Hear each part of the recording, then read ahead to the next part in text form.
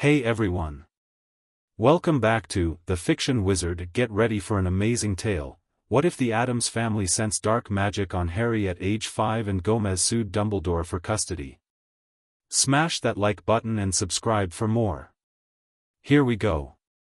Chapter 1. The night the séance went wrong, or perfectly right, the candles in the Addams drawing room had been burning for 6 hours. This was not unusual.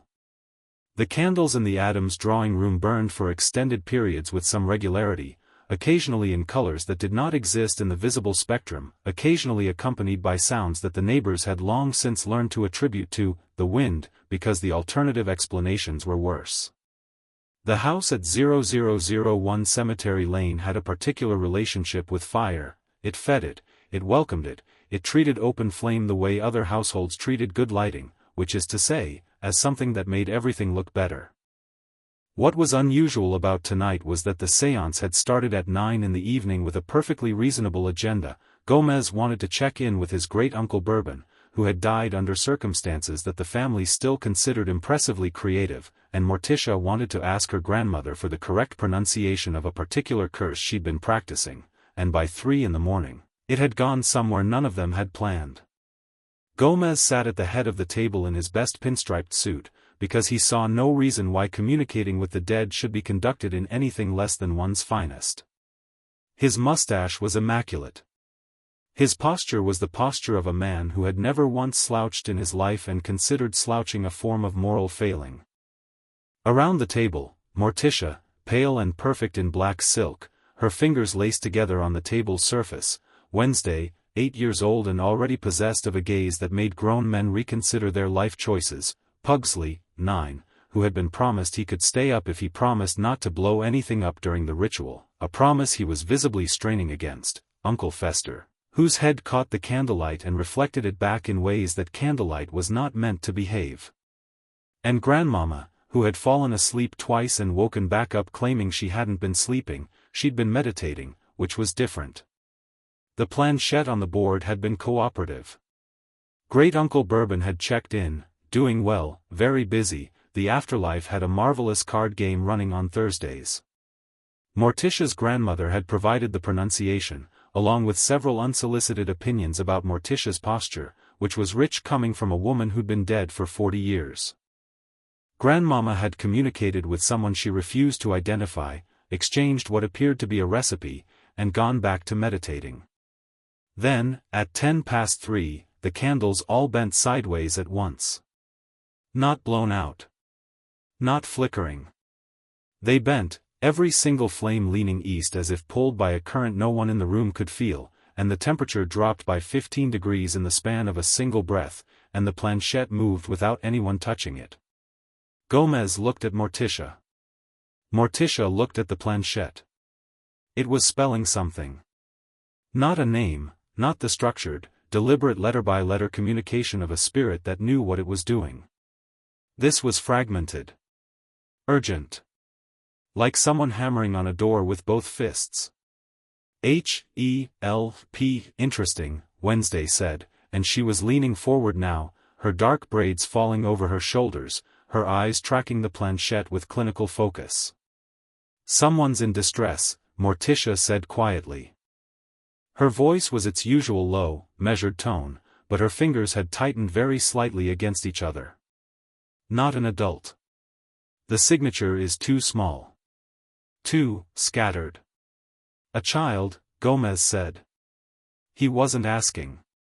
He could feel it too. This family had always been sensitive to the frequencies other families couldn't hear, tuned to wavelengths that existed between the rational and the impossible, and what was coming through the board now was a child's magic, raw and untrained and hurt, leaking like light through cracked glass.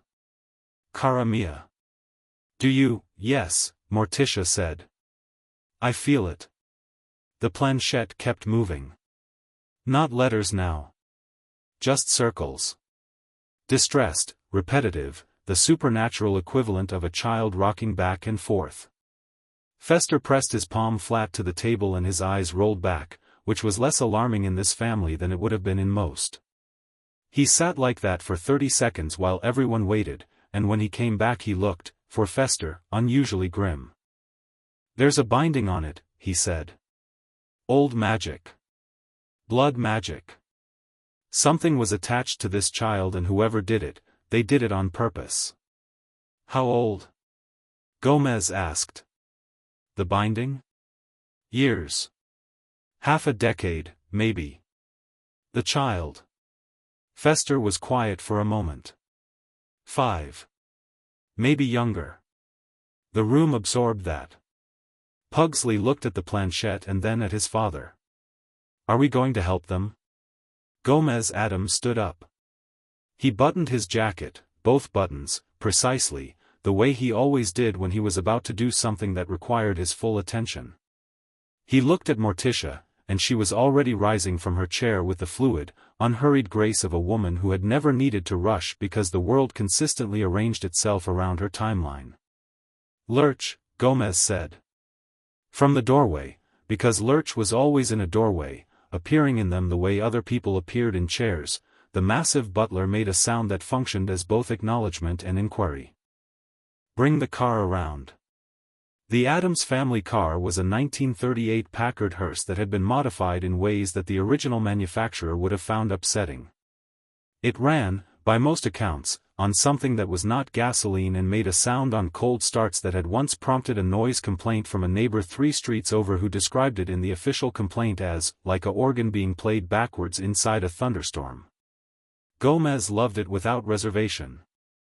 He drove, because he always drove, with the focused intensity of a man who treated every road as a personal challenge and every speed limit as a polite suggestion from people who simply lacked ambition. Morticia sat beside him, one hand resting on the windowsill, watching the dark streets of their town give way to the motorway, and then to the motorway's edges, and then to the quieter dark of suburban England.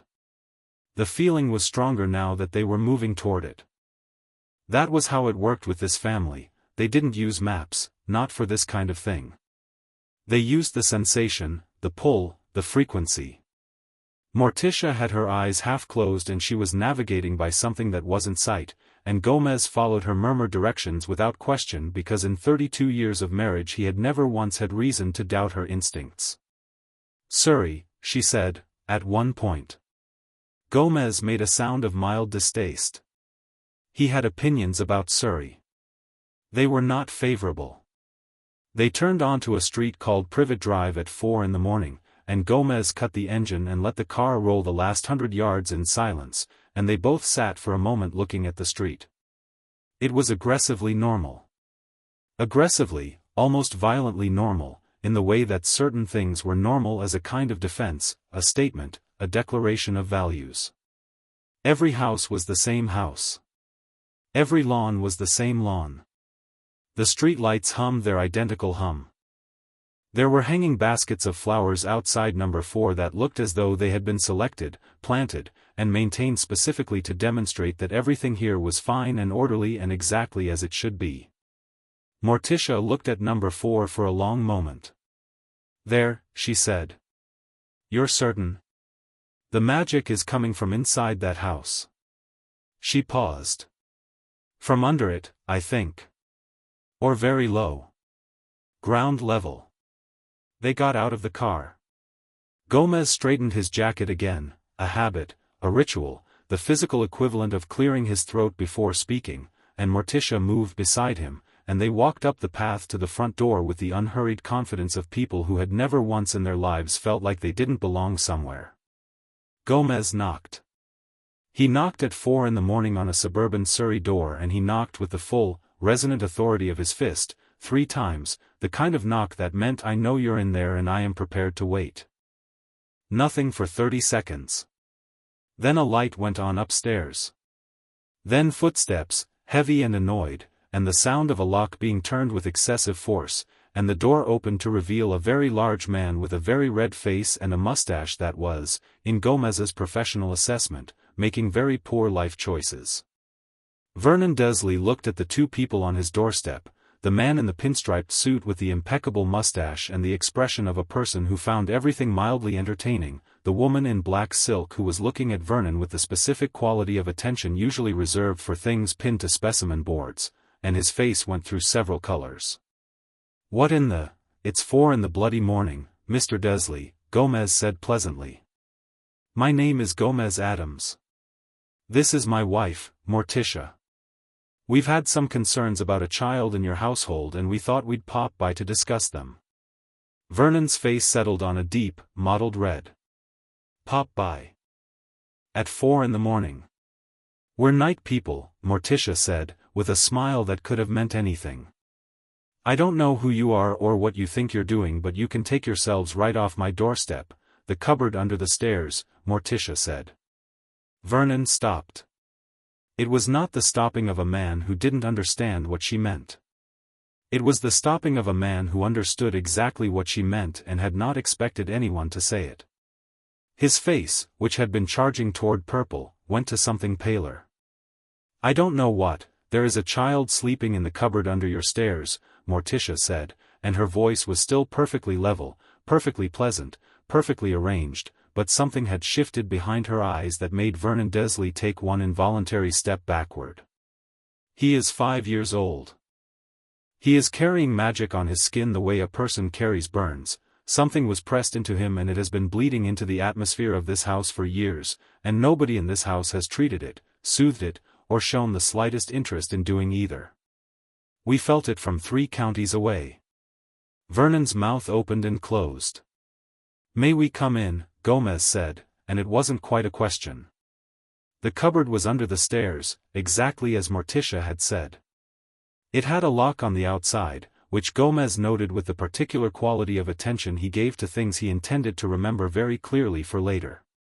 There was a small cot inside, and a thin blanket, and shelves of cleaning supplies on either side, and a child curled under the blanket with his knees drawn up to his chest and his glasses, Gomez thought, on a 5-year-old, that someone had clearly sat on at some point and repaired badly with tape, slightly askew on his sleeping face. He had dark hair that went everywhere. He had a scar on his forehead in the shape of a lightning bolt. He was very small for 5, the kind of small that spoke of insufficient meals over a long period rather than simple genetics. He was sleeping the way animals sleep when they don't feel entirely safe even in sleep, lightly, on the surface of it, ready to come awake. Morticia crouched down beside the cot, and she was silent for a moment, and Gomez stood behind her and looked at the boy and felt something move in his chest. He was a man of tremendous feeling, he had always been a man of tremendous feeling, it was one of the things Morticia had loved about him from the very beginning, his capacity to feel things with his entire being, and what he felt now was several things at once, layered over each other like sediment. The magic was more obvious in person.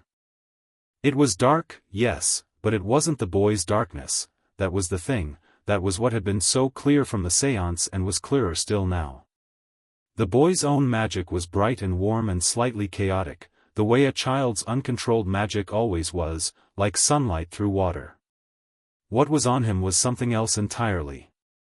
Something that had been pressed into his skin by force, against his will, years before he'd had any will to speak of. Someone had used this child as a vessel, and the child had been sleeping in a cupboard under the stairs ever since and nobody had done anything about it. Harry Potter opened his eyes. He didn't scream, which said something. He looked at Morticia, crouched beside him, and at Gomez standing in the doorway, and his first expression wasn't terror, it was the careful, assessing blankness of a child who had learned very young not to show what he was feeling until he had determined whether showing it would cause problems. "Hello," Morticia said softly. He stared at her. She was, objectively, an arresting sight, long, straight black hair, pale skin, absolute composure, the kind of beauty that existed at a frequency most people found slightly unnerving. Harry looked at her the way you'd look at something you couldn't quite categorize. "Are you a witch?" he asked. His voice was small and careful. Morticia smiled. "Something like that. Are you here to take me away?" Gomez and Morticia looked at each other over the boy's head. There was a whole conversation in that look, grief and fury and decision, all in the space of 2 seconds. "Would you like us to?" Gomez asked. Harry thought about it for a moment that seemed much longer than it was. "Yes," he said. They had to deal with Vernon first. Vernon had spent the intervening minutes working himself back up from pale to red, and he was waiting in the hallway with his arms crossed and his feet planted and the body language of a man who had decided on bluster as his primary strategy. Behind him on the stairs, just visible in the dark, was a large woman in a dressing gown, Petunia, Gomez assumed, watching with sharp eyes and saying nothing.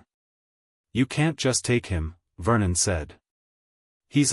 We're his family. His legal guardians. You can't walk into a man's house in the middle of the night. You locked a 5-year-old child in a cupboard, Gomez said. His tone was pleasant. His eyes were not.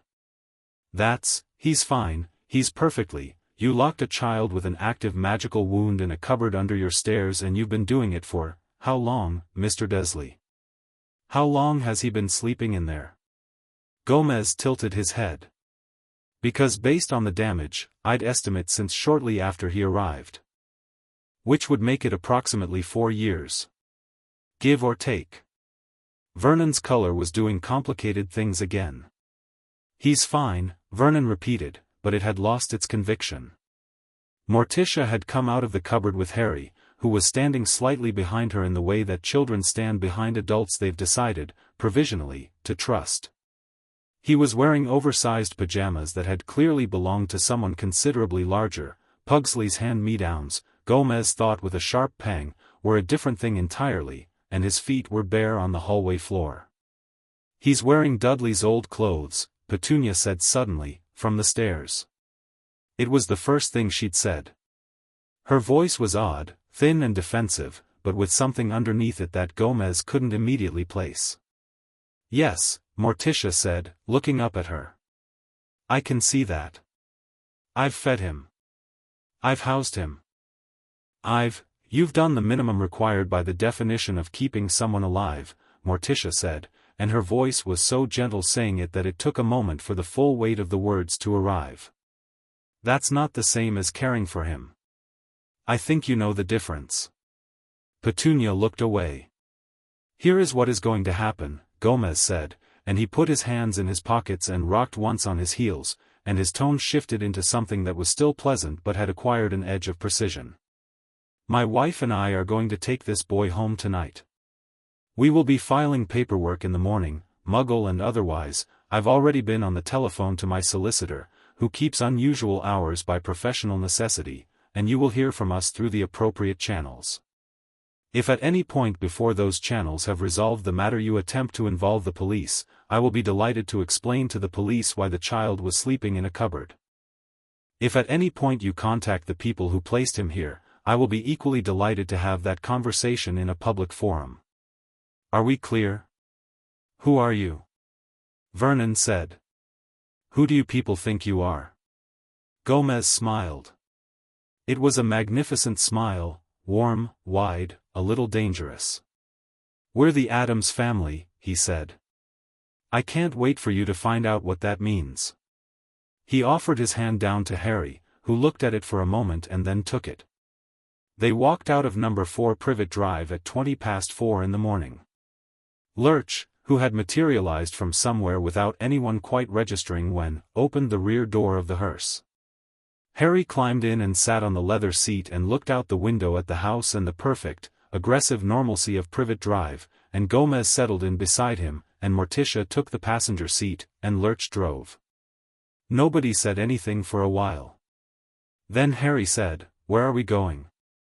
"Home," Gomez said. Harry looked at him with those careful eyes, still doing the calculus, still measuring. "You're home? For now. And then we'll see. Are there other children there?" "A boy named Pugsley and a girl named Wednesday. They're 9 and 8. Wednesday is particular." Gomez considered. "She'll probably try to test you." "Test me how?" "You'll know it when it happens." He paused. "Don't be afraid of her. She likes people who aren't afraid of her. She finds it refreshing." Harry thought about this. "Are there monsters?" Gomez opened his mouth and then closed it again. "What kind of monsters?" "I don't know. Just, the house feels different." Through the window. The other house felt bad. Yours feels, he struggled with the vocabulary. It feels like something's alive in it. Like it breathes. Gomez looked at him with considerably more interest than he'd started with. You can feel that from a car window? Is that wrong? No, Gomez said. That's extraordinary. He leaned back against the seat with a satisfaction that settled deep in his chest. My boy, I think you are going to fit in just fine. They arrived at Cemetery Lane at 6 in the morning, in the first grey light of an English June, and the house resolved out of the pre-dawn the way it always did, not so much appearing as becoming, accumulating itself out of shadow and suggestion, tower and turret and the distinctive silhouette against the brightening sky that had made more than one delivery person reconsider their career path. Harry pressed his face to the car window. It's big, he said. It is, Gomez agreed. It looks like something's wrong with it. It does, Morticia said from the front seat. We find that charming. The front door opened before they'd stopped, which could have been Lurch operating with unusual efficiency and could have been the house, which had opinions about arrivals and departures and expressed them through various architectural behaviors. Standing in the doorway, because she had been awake and waiting and was constitutionally incapable of being anywhere other than exactly where she had decided to be, was Wednesday Addams. She looked at Harry through the car window with complete, clinical focus. Harry looked back at her. She stepped aside to let them in. The hallway was vast and dark and full of things, armor on stands, portraits that moved in ways portraits generally didn't, a chandelier made of something that caught the low light and threw it back in fragments. There was a smell of old wood and candle wax and something faintly floral that had a sweetness slightly too intense to be entirely comfortable. The floorboards creaked with the particular voice of wood that had been doing this for centuries and had opinions about it. Harry stood in the middle of it all with his hand still loosely in Gomez's, looking up at the ceiling, and his face did something remarkable. The careful blankness cracked, just slightly, at the edges. Not into fear. Into wonder. It's like a castle, he breathed.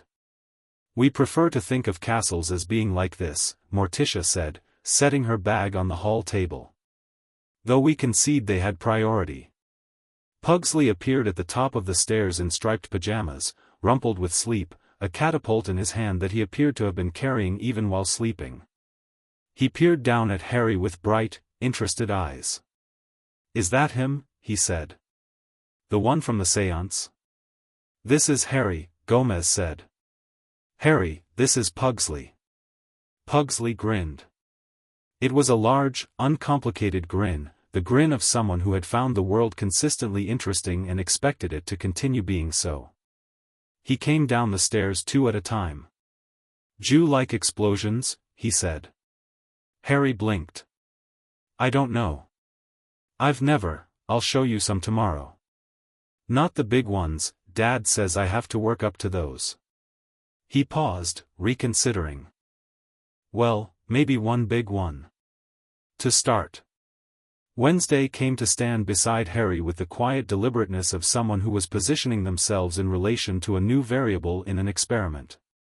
She looked at him for a moment and then she said, "You have someone else's magic on you." Harry went very still. "It's like a scar," she said. "But on your magic instead of your skin. I can see it." She tilted her head. "Does it hurt?" "Sometimes," Harry said quietly. "When I dream." Wednesday nodded, as if this confirmed a hypothesis. "Grandmama can probably do something about that," she said. "She knows a lot of things she's not supposed to know." "We say that as a compliment," Pugsley clarified. "I understood," Harry said. Wednesday looked at him with fractionally more interest than before. "You're not scared." "Should I be? Most people are scared of me." Harry looked around at the hallway, the moving portraits, the suits of armor, the chandelier throwing its strange light, and then looked back at her. "You're the least scary thing I've seen in this house so far," he said. "And I mean that as a compliment." Wednesday was silent for a moment. Then she said, you can sleep in the East Room. It used to be a place they locked up people who knew too much. The walls are very thick. She turned and went up the stairs. Follow me, she said over her shoulder, as if she'd already decided this was happening. Pugsley gave Harry an encouraging nod and followed his sister. Harry looked up at Gomez. Go, Gomez said, smiling. Sleep. We'll sort everything else out in the morning. Will you still be here in the morning? The question landed like something small and heavy dropped on the floor.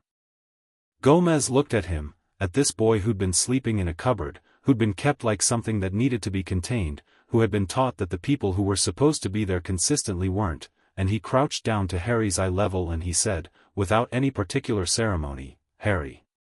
I will be here every morning for as long as you want me to be. That's a promise. Harry nodded, very carefully, in the way of someone who was filing this information away to evaluate against future evidence. Good night, Mr. Addams, he said. Gomez, he said. You can call me Gomez. Harry went up the stairs. Gomez watched him go, and when the sound of footsteps had faded down the upper hallway he turned to Morticia, who was watching him with those dark eyes, and she came to him and he pulled her close and held on for a moment without speaking. We're going to have a fight on our hands, she said, quietly. I know. The people who put him there won't just let this happen. I know. He pressed his lips to her hair. Let them come. She pulled back to look at him, and she was smiling, that small, perfect, slightly dangerous smile. You're excited. I'm furious, he said, with great warmth. There's a difference. Though they do look similar from the outside. Shall I wake Fester? He'll want to know we brought someone home. Let him sleep. He had a big night. He looked up toward where Harry had disappeared. We have time. He said it with the certainty of someone making a declaration rather than expressing a hope, which was one of the many things Morticia loved about her husband. He didn't wonder if they'd win. He simply decided it was the case and proceeded accordingly. She took his arm and they walked through the darkened house toward the kitchen, because even in the middle of extraordinary nights the morning required coffee, and behind them the house settled around its new occupant with the unhurried, deliberate quality of something deciding, yes, this belongs here.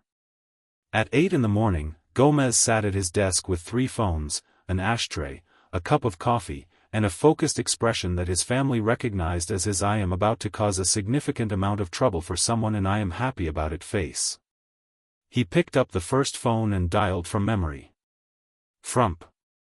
The voice that answered was precise and slightly accented and sounded like a man who had not slept because he preferred not to. Mortimer Frump's office. Mortimer, Gomez said. It's Gomez Addams. I need you. A pause. How urgently? Boy. 5 years old. Active magical wound, non-consenting. Blood magic anchor. Illegal guardianship situation, possibly sanctioned from the top, possibly higher. I want to file in both Muggle and Wizarding jurisdictions simultaneously this morning. Another pause, longer. Gomez, I was about to have breakfast. File first. Eat after. I'll have Lurch bring you something. What kind of something? Grandmama made deviled kidneys last night. There are leftovers. The pause that followed had a different quality.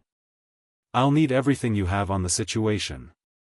I'll send Fester with the documentation. Not Fester. Last time Fester brought me documentation I found something in the envelope that moved. That was a misunderstanding. It bit me, Gomez. It was affectionate. Gomez picked up his cigar. File the papers, Mortimer. I want to be in front of a judge before anyone knows we have the boy. He put down the phone and picked up the second one. This one he dialed more slowly, with more consideration, turning the numbers over in his mind as he turned the cigar in his other hand. The second call was to a contact in the Ministry of Magic, not the Ministry of Magic that dealt with official business, but the Ministry of Magic that existed in its own corridors, the one that kept different records. The one that knew which laws bent and which ones didn't and who had been doing the bending. The third call was shorter. He said, "The séance last night found something. I need to know everything about a Harry Potter. Parents, magical lineage, guardianship documents, protection enchantments. Specifically, who authorized the placement." He sat back in his chair after that and looked at the ceiling. Morticia appeared in the doorway with 2 cups of coffee and the particular expression she wore when she was arranging her thoughts into battle order. "Upstairs is quiet," she said. "He's still sleeping." "Good. Grandmama wants to see him when he wakes. Not until he's had breakfast. I told her that." "What did she say?" "She said breakfast was overrated and she'd waited long enough." Morticia handed him his coffee. "She also said she could feel the binding from upstairs and she has opinions." "About the binding?" "About whoever put it there." Morticia sat in the chair across from his desk with the effortless elegance of someone for whom chairs were simply surfaces her body had agreed to involve. She said, she paused, and for just a moment something moved across her face that was not her usual composed expression. She said whoever attached that mark to a newborn child was not doing it to protect the child. Gomez looked at her over his coffee. "What were they doing it for?" "She's not certain. She said it feels like insurance. Like someone marking their territory." Her eyes met his. Like they wanted to be sure the boy came back to them. The cigar in Gomez's hand had gone out. He didn't notice. "Who?" he said. "That's the question, isn't it?" Morticia smoothed her skirt. "The magic is old and it's clever and it's very sure of itself. Someone with enormous power and a very long view." Gomez was quiet for a moment. Then he said, "We should talk to Griphook." "I was thinking the same thing. And we should talk to him before we talk to anyone official on the wizarding side. Get ahead of it." "Yes. And we should, Gomez." She reached across the desk and took his hand. "One step at a time." He turned his hand to grip hers, and squeezed once, and nodded. Then he picked up the third phone again. This time he called Gringotts.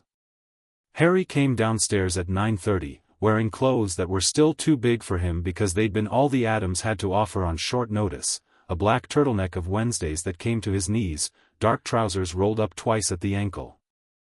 He'd found his glasses on the side table where someone had put them, and he was wearing them with the particular care of someone who'd had them sit on at least once too many. The kitchen was enormous and warm and smelled of something that had clearly been cooking since very early in the morning. Grandmama was at the stove with her back to the door, and she didn't turn when Harry came in, but she said, "Sit down. Eat first. Questions after." Harry sat.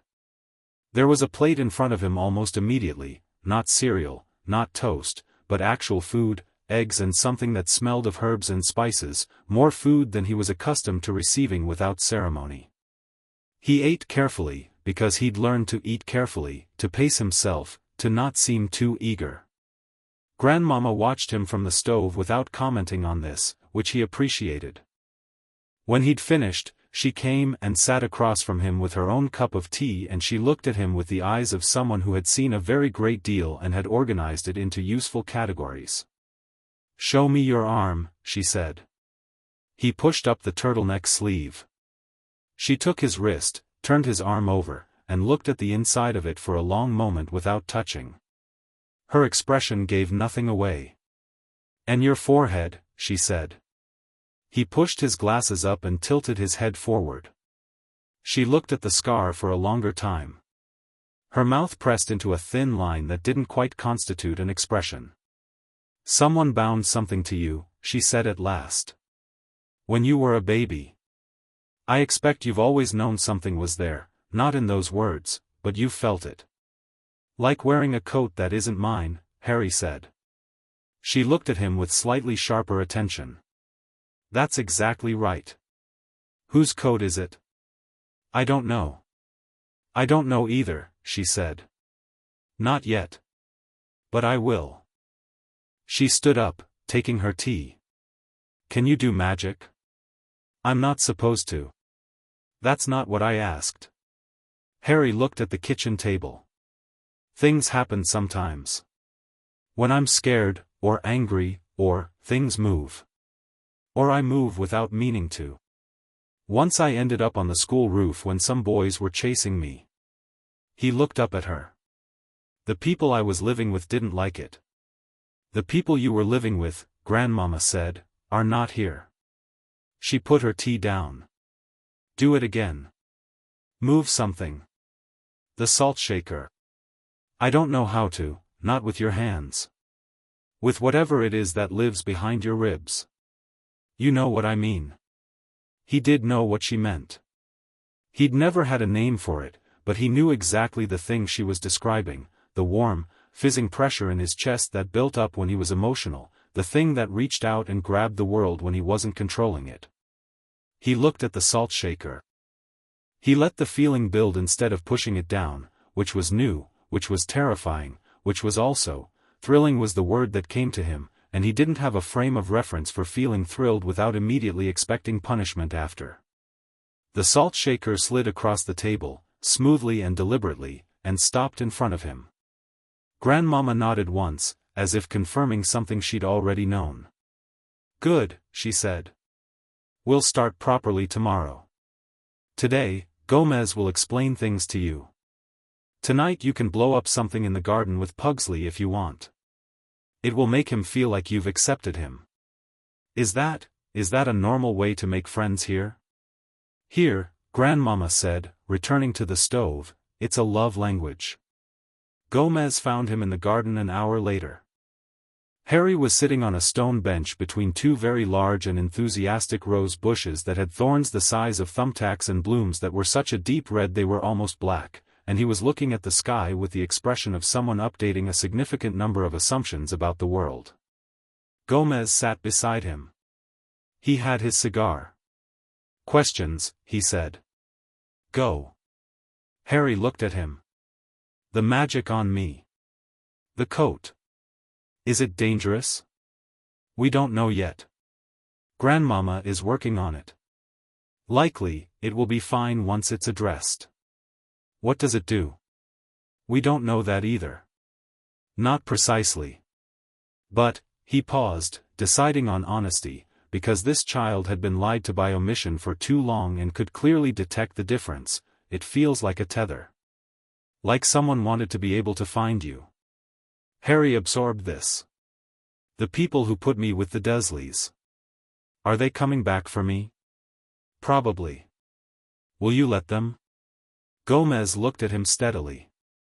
Not without a fight that would be, in my professional opinion, the most spectacular legal battle in the history of both the Muggle and Wizarding worlds, no. Harry was quiet for a moment. You don't know me, he said. You found me last night. Why would you? Because, Gomez said simply, you were a child sleeping in a cupboard, and that's wrong, and when something is wrong, you fix it. He drew on his cigar. Also, my family sensed you 3 counties away. That means something. I'm not sure what yet, but in this family, when the universe sends a signal that loud, we pay attention. What if the people who put me there, what if they're very powerful? Good, Gomez said, with genuine enthusiasm. I was worried it would be boring. Harry looked at him for a long moment, and then he laughed. It was a small, surprised sound, like something that hadn't been expecting to come out, but it was entirely real. Come, Gomez said, standing up. I have calls to make and you should be there for some of them. It's your life, after all. You ought to know what's being done with it. He held out his hand. Harry took it again, less provisional this time, less careful, and they walked back toward the house. Behind them the garden rustled, the dark roses nodding in a wind that wasn't there, and the house breathed in and breathed out, and upstairs a window that had been stuck for 30 years opened quietly on its own, letting in the morning air. By noon, the paperwork was filed. By 2 in the afternoon, Mortimer Frump had secured an emergency hearing in both jurisdictions for the following week. By 4, Gringotts had confirmed that Harry Potter had a vault, that the vault had been managed by a third party without the account holder's knowledge for going on 5 years, and that the goblins, who were nothing if not thorough and who had their own feelings about people using their banking services without full disclosure, were extremely interested in speaking with whoever had authorized the arrangement. And at 5 in the evening, a letter arrived by owl. Not their owl. A different owl, large, handsome, gray, and carrying a letter with a ministry seal on it and beneath it another seal, purple wax impressed with what appeared to be a phoenix. Gomez took the letter from the owl's leg without opening it and turned it over in his hands. He could feel that it had been spelled, not harmfully, just with the particular self-important magic of a letter that had been sent by someone who expected the opening of it to be an event. Someone who was accustomed to his letters being events. He opened it. He read it once, then again, then set it on his desk. "Cara mia," he called. Morticia appeared in the doorway. He held out the letter. She read it. Her expression didn't change, it never changed. That was one of the many extraordinary things about her, but something in her posture did, a very slight shift, the kind of adjustment a structure makes when it prepares to bear weight. "Albus Dumbledore," she said. "He wants to meet," Gomez said. "He's framing it as a conversation. It's a warning." "Oh, absolutely." He took the letter back. "He's polite about it. I'll give him that. The man has manners." He set it down. "He also has, there's a P.S. Did you read the P.S.? She read it again. Her eyes moved to the bottom of the page and the slight shift in her posture became something more definite. "He says he knows it was well-intentioned," she said quietly. "He says he hopes we can come to an understanding. He says Harry's safety." Gomez stopped. He picked up his pen. He looked at the letter for a long moment with the focused expression of a man who was choosing his words with extreme care. "He says Harry's safety depends on arrangements that have been made for his protection." He wrote his reply in his own hand, which was emphatic and slightly illegible. The reply was short. It said, "Mr. Dumbledore. I appreciate the letter. I look forward to our conversation. I feel I should mention that I've retained Mortimer Frump, who sends his regards. We'll see you in court. Yours, G. Addams." He sent it with their own owl. He sat back in his chair and laced his fingers together and looked at the ceiling. Then he called, loudly enough to carry through the house, "Wednesday. Where's that list of precedents?" Fester was looking up. Wednesday's voice floated back from several rooms away. "I filed them. Under D. For Dumbledore? For disaster," she said. It seemed more accurate. Gomez smiled at the ceiling. In the east room upstairs, Harry Potter was sitting on a windowsill looking out at a garden full of beautiful, slightly threatening plants, with Wednesday beside him on the other side of the window, and she was explaining in clinical detail the taxonomy of carnivorous flora her mother had cultivated near the south wall, and Harry was listening with the focused, careful attention of someone who was storing everything away. He didn't know yet about the letter. He didn't know yet about Dumbledore, not precisely, not as a name attached to his own history. But he was warm and fed, and in a room with walls thick enough that nobody could hear him sleep, and the girl beside him was talking to him like his attention was valuable and his understanding assumed. For the first time in 5 years, Harry Potter did not go to sleep afraid. The house settled around him, and breathed, and kept watch. Chapter 2, A House Full of Monsters, the Safest Place on Earth. The first morning Harry came downstairs on his own, he got lost.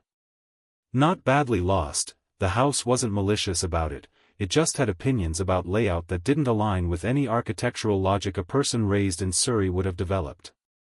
He found 3 rooms he hadn't seen before, including one that appeared to be entirely filled with taxidermied animals arranged in poses that suggested they were engaged in a formal dinner party, and one that had no windows and a floor that hummed, and one that simply smelled of the sea despite the house being landlocked, which he decided not to think about too hard. He found the kitchen by following the smell of coffee, which turned out to be a reliable strategy in this house, like a thread through a labyrinth.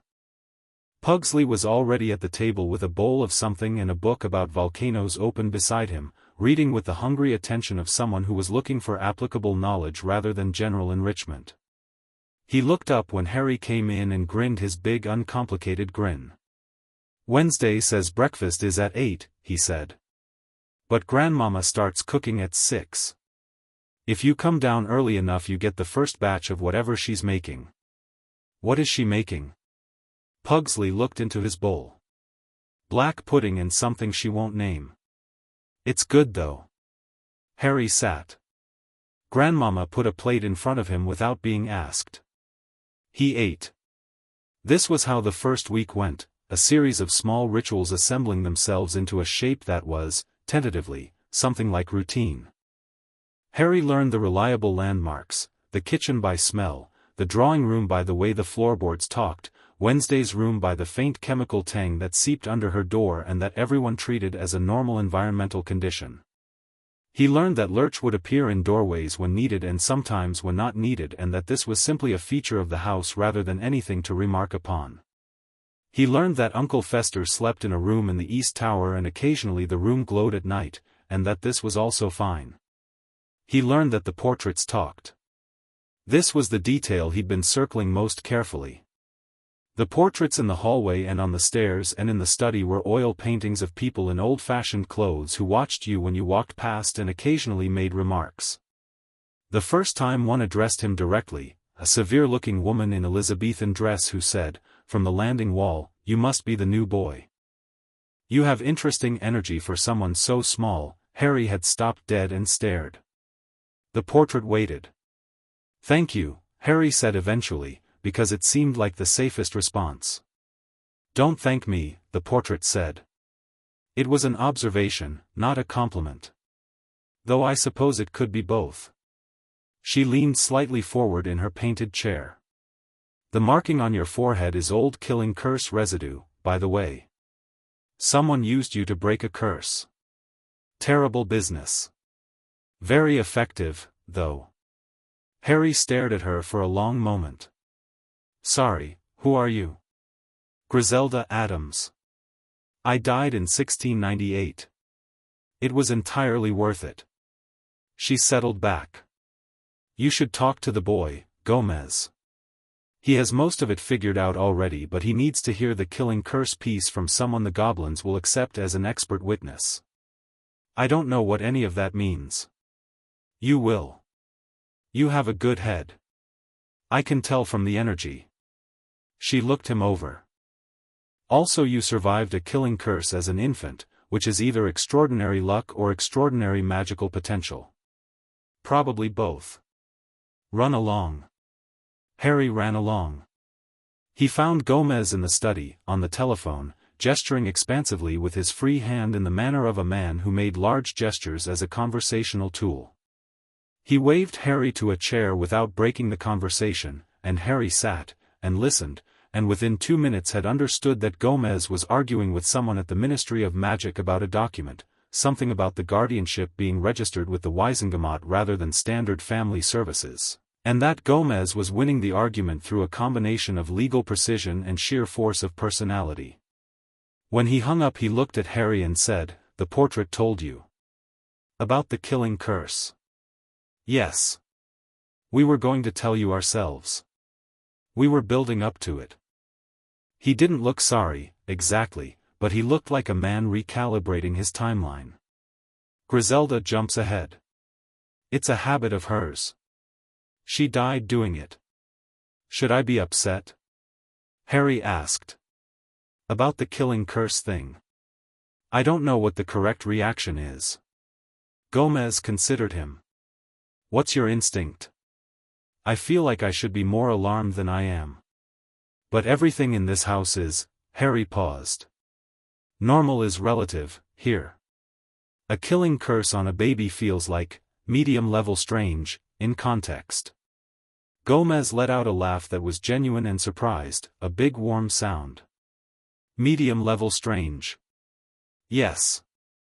I think that's healthy, actually. He picked up his cigar. Here is what we know.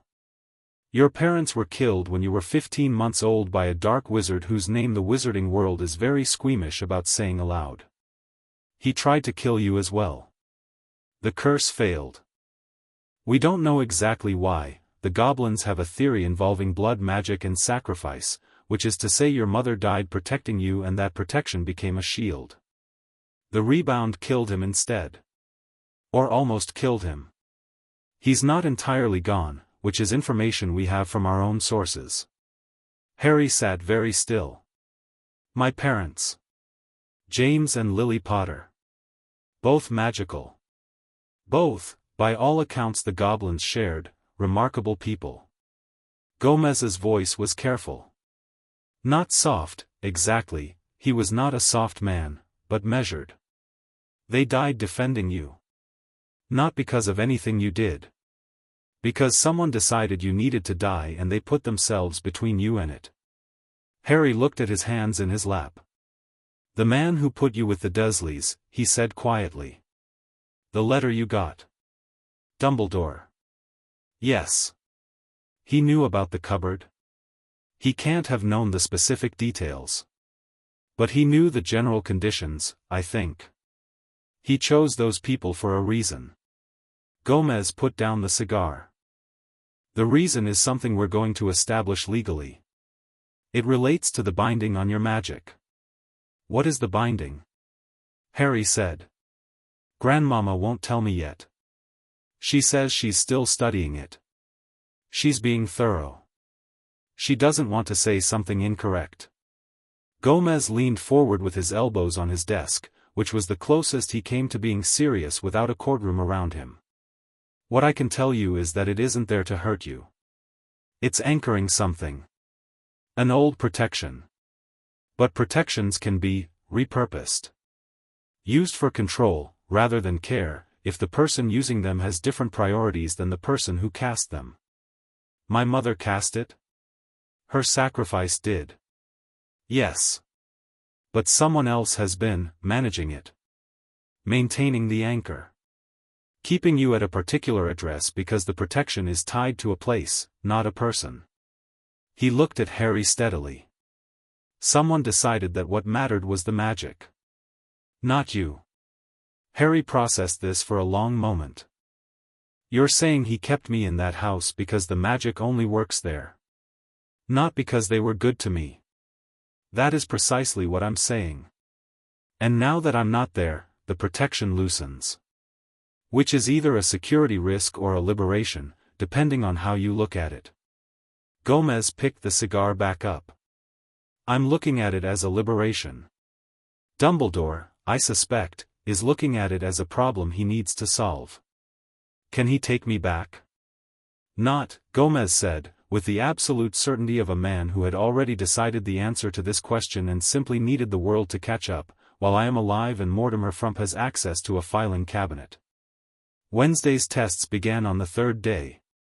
Harry had been expecting something. She'd told him herself, in the car, that she tested people she was considering, but he hadn't known what form it would take, and Wednesday's approach to testing turned out to be aggressively varied in methodology. The first test was the spiders. She put them in his bed. Not one or two, a colony, carefully relocated from the basement, approximately 40 medium-sized spiders distributed across his pillow and sheets with what he could only assume was considerable logistical effort. He found them when he pulled back the covers at night, and he stood there looking at them for a moment. Then he looked at Wednesday, who was standing in the doorway with her arms folded and her expression set to neutral clinical, watching for the scream. He didn't scream. He'd slept in worse. He was quite certain a cupboard under the stairs had hosted considerably more troubling things than spiders. Do they need to go back to the basement? He said. Or can I leave them? I don't actually mind. Wednesday blinked. You don't mind. They're just spiders. They're not hurting anything. He tilted his head. Are these ones venomous? Some of them. Which ones? The bigger ones, mostly. He looked at the bigger ones. They looked back at him with the many-eyed indifference of creatures who had been doing this considerably longer than either of them and had no opinions about it.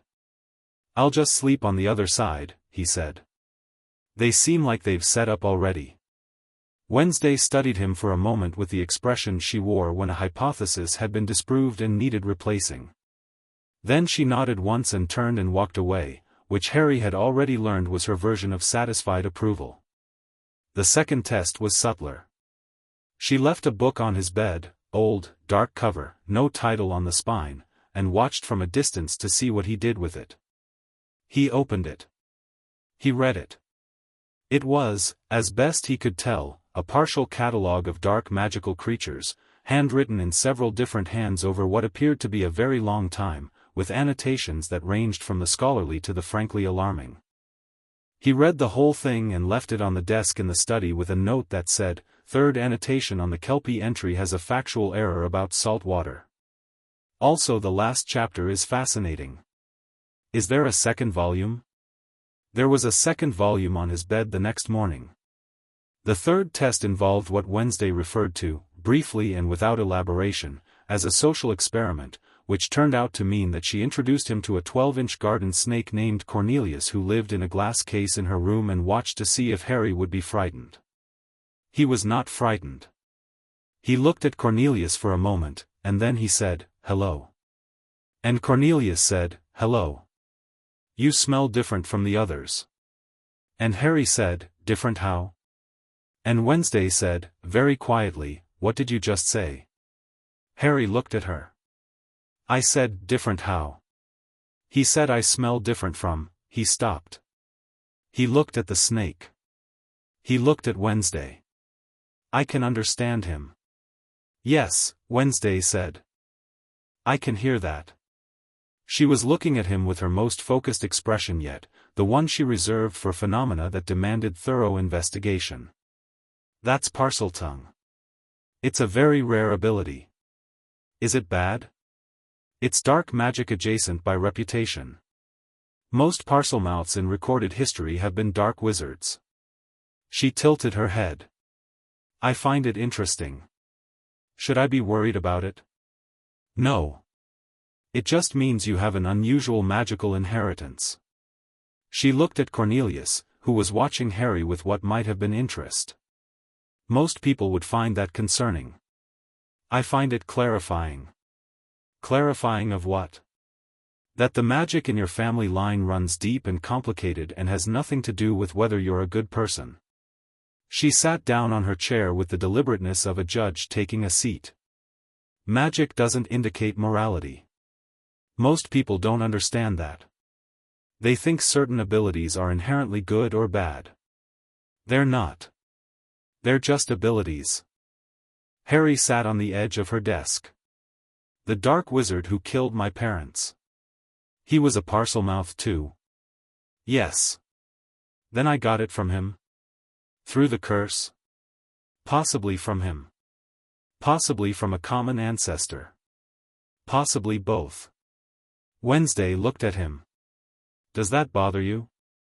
Harry thought about it honestly. "It would have bothered me more before," he said. "Before I came here. Before I understood that dark and bad aren't the same thing." He glanced around her room, the chemistry set, the books, the guillotine model in the corner, the photographs she'd pinned to the wall, most of which were of things that had been blasted apart or otherwise dramatically destroyed. "This family has made me reconsider a lot of vocabulary." Wednesday almost smiled. "That's the nicest thing anyone has said about us," she said, "in about 40 years. Grandmama's magical education began on the 5th day, in the basement, which was where she preferred to work because the acoustics were better and the neighbors couldn't complain about the smoke. The basement of the Addams house was a room of considerable character. It had stone floors and stone walls and the particular cool, mineral smell of underground spaces that had been inhabited long enough to develop their own atmosphere. There were shelves of things, jars, bottles, boxes, objects that had no obvious categorical home, arranged with an internal logic that was entirely Grandmama's own and did not correspond to any system Harry had encountered. There was a workbench in the center and a smaller bench near the wall with a stool, which was where she put Harry. She sat across from him on a higher stool and looked at him for a full minute without speaking. "What do you know?" she said. "About magic?" "About anything." He listed what he knew, methodically, because that seemed like what she wanted. Reading and writing at an above-average level because he'd learned to read early and had spent a great deal of time alone with books from school. Basic arithmetic. History, patchy. Geography, better. Science, also patchy. No magical education. No knowledge of the wizarding world beyond the fragments Gomez had shared in the study. Grandmama nodded throughout. "Right," she said. "We'll start with theory because theory without practice is useless, but practice without theory is dangerous, and you've already had enough dangerous things happen without understanding them." She pulled a battered, handwritten notebook from the shelf behind her. "Magic is energy. All magic is the same energy expressed through different channels. The channels are what people call types, or schools, or disciplines, but they're all water from the same source. Following? Yes. Most of the wizarding world learns one channel. One way to express the energy. They call it wand magic and they treat it like it's the only magic there is, which is like learning to write by typing and thinking that means you understand language." She set the notebook down. "Your family ran several channels simultaneously, which is unusual and explains why your uncontrolled magic is particularly," she gestured expressively, "chaotic. Can you fix that? The chaos? I can teach you to direct it. Whether you want to keep the chaos is your business. Chaos has its uses." She picked up a small glass ball from the shelf and set it on the bench between them. "Move that." He moved it. Easily, without the effort it had required the first time. 5 days of being allowed to do magic without immediately being punished for it had already started to change the texture of his relationship with it. Grandmama's eyes tracked the ball with the same expression Griselda's portrait had used: assessment, calculation. "How did that feel?" "Warm," he said. "Like, it extends from the same place as breathing. Like it should always have been that easy." "It should always have been that easy," she said. "Someone spent years teaching you to suppress it. That creates damage." She tapped the notebook. "We're going to undo the damage first. Then we're going to build properly." She leaned on the workbench. "The binding on your forehead." He went still. "I've been studying it for 5 days. I know what it is now." Her expression was its usual unreadable collection, but something in it had shifted toward the specific seriousness she reserved for things that mattered. "It's a soul anchor. Not a full Horcrux, you know what that word means?" "No." She explained. Concisely, without drama, the way she explained everything, the mechanics of soul magic, the concept of fracturing a soul to create an anchor to life, the names for it in various magical traditions. Harry listened and his face stayed neutral because he was 5 years old and had already been through too much to be easily rattled, but his hands had gone very still on the bench. "He put a piece of himself in me," Harry said. "A fragment." "Yes. Unintentionally, it was a side effect of the failed killing curse. The rebound shattered what was left of his soul and a piece of it lodged in you." She looked at him steadily. "This is why you feel it sometimes. The darkness that isn't yours. The dreams. Can you take it out?" "Probably. It's complex work, and you're young, and the soul fragment is deeply embedded because it's had 5 years to settle." She paused. "I want to be certain before I attempt it. Incorrect removal could damage your own soul. But you think you can do it?" "I think," she said carefully, "that I know people who collectively know enough to do it safely. Some of them are alive. Some of them are in portraits." "Griselda," Harry said. "Among others." "Yes." Harry looked at the glass ball on the bench. It was catching the basement's dim light and throwing tiny prisms on the stone wall. He pushed one prism with his magic, gently, and it slid sideways. "Does Dumbledore know?" he asked.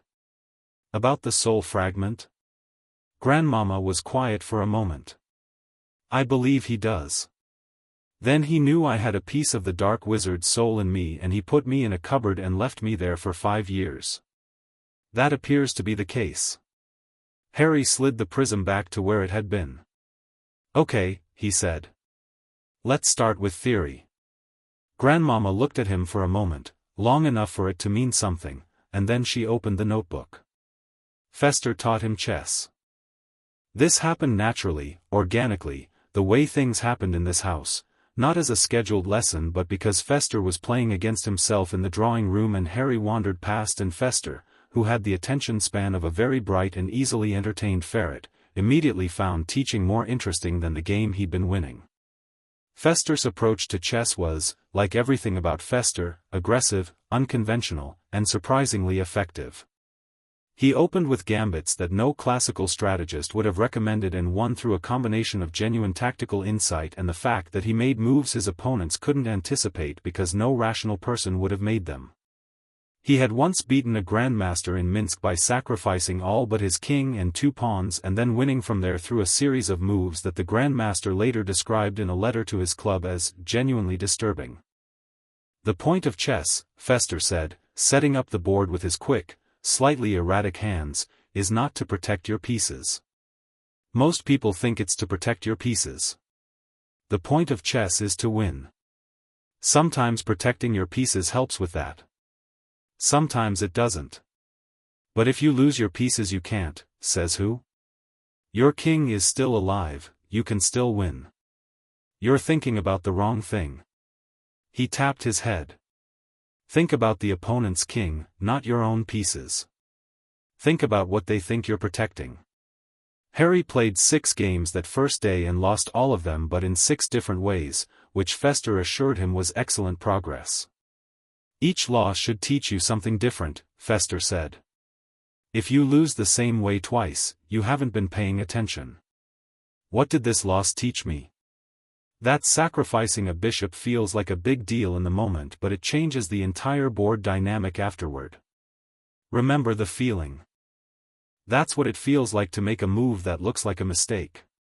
Harry set up the pieces again. "Is this about more than chess?"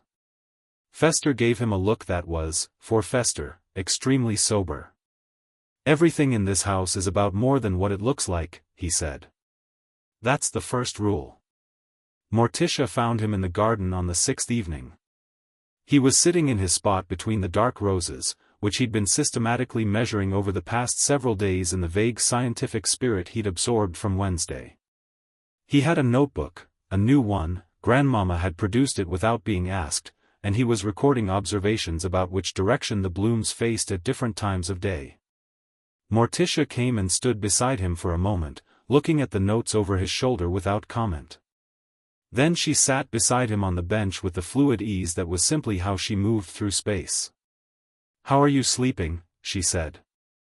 "Better," he said. "The room is good. Wednesday's spiders have mostly migrated to the corner by the wardrobe. I can have them removed. I don't mind them." He looked at his notebook. "Nobody has ever asked me how I'm sleeping before." Morticia was quiet for a moment, in the way she was quiet when she was saying something important without words. "Do you have questions?" she said. "Not about magic, not about the legal situation. Just questions." He thought about it. "Why did you come?" he said. "You didn't know me. You could have felt the séance signal and decided it wasn't your problem.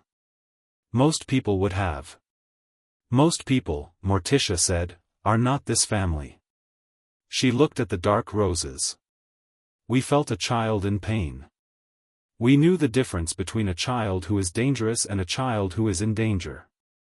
We've been sensitive to that distinction, in this family, for a long time. Because of Wednesday? And Pugsley?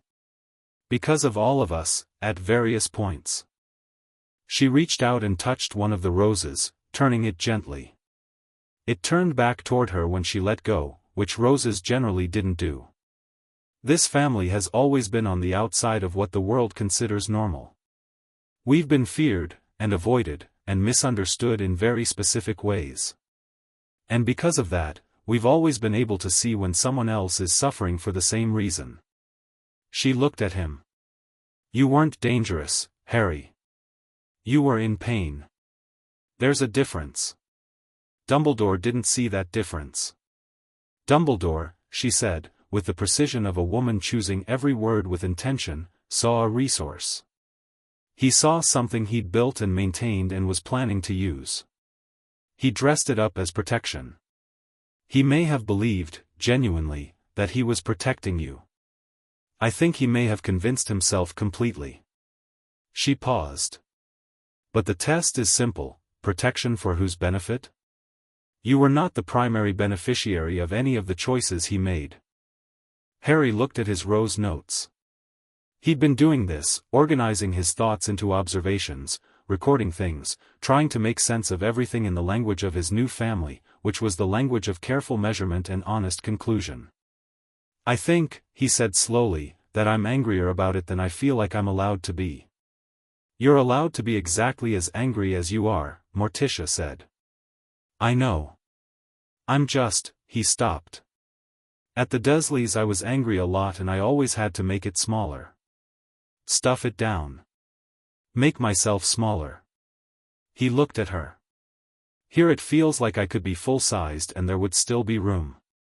Morticia looked at him for a long moment and something crossed her face, not pity, she was constitutionally incapable of pity, it wasn't in her register, but something real and deep and warm in the way that dark things can be warm, the way underground springs are warm even in winter.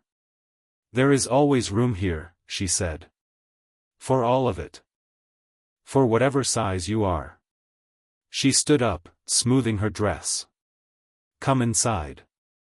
Gomez has been practicing his opening statement and he needs an audience before he drives Lurch to what I can only assume would be an extremely slow form of protest.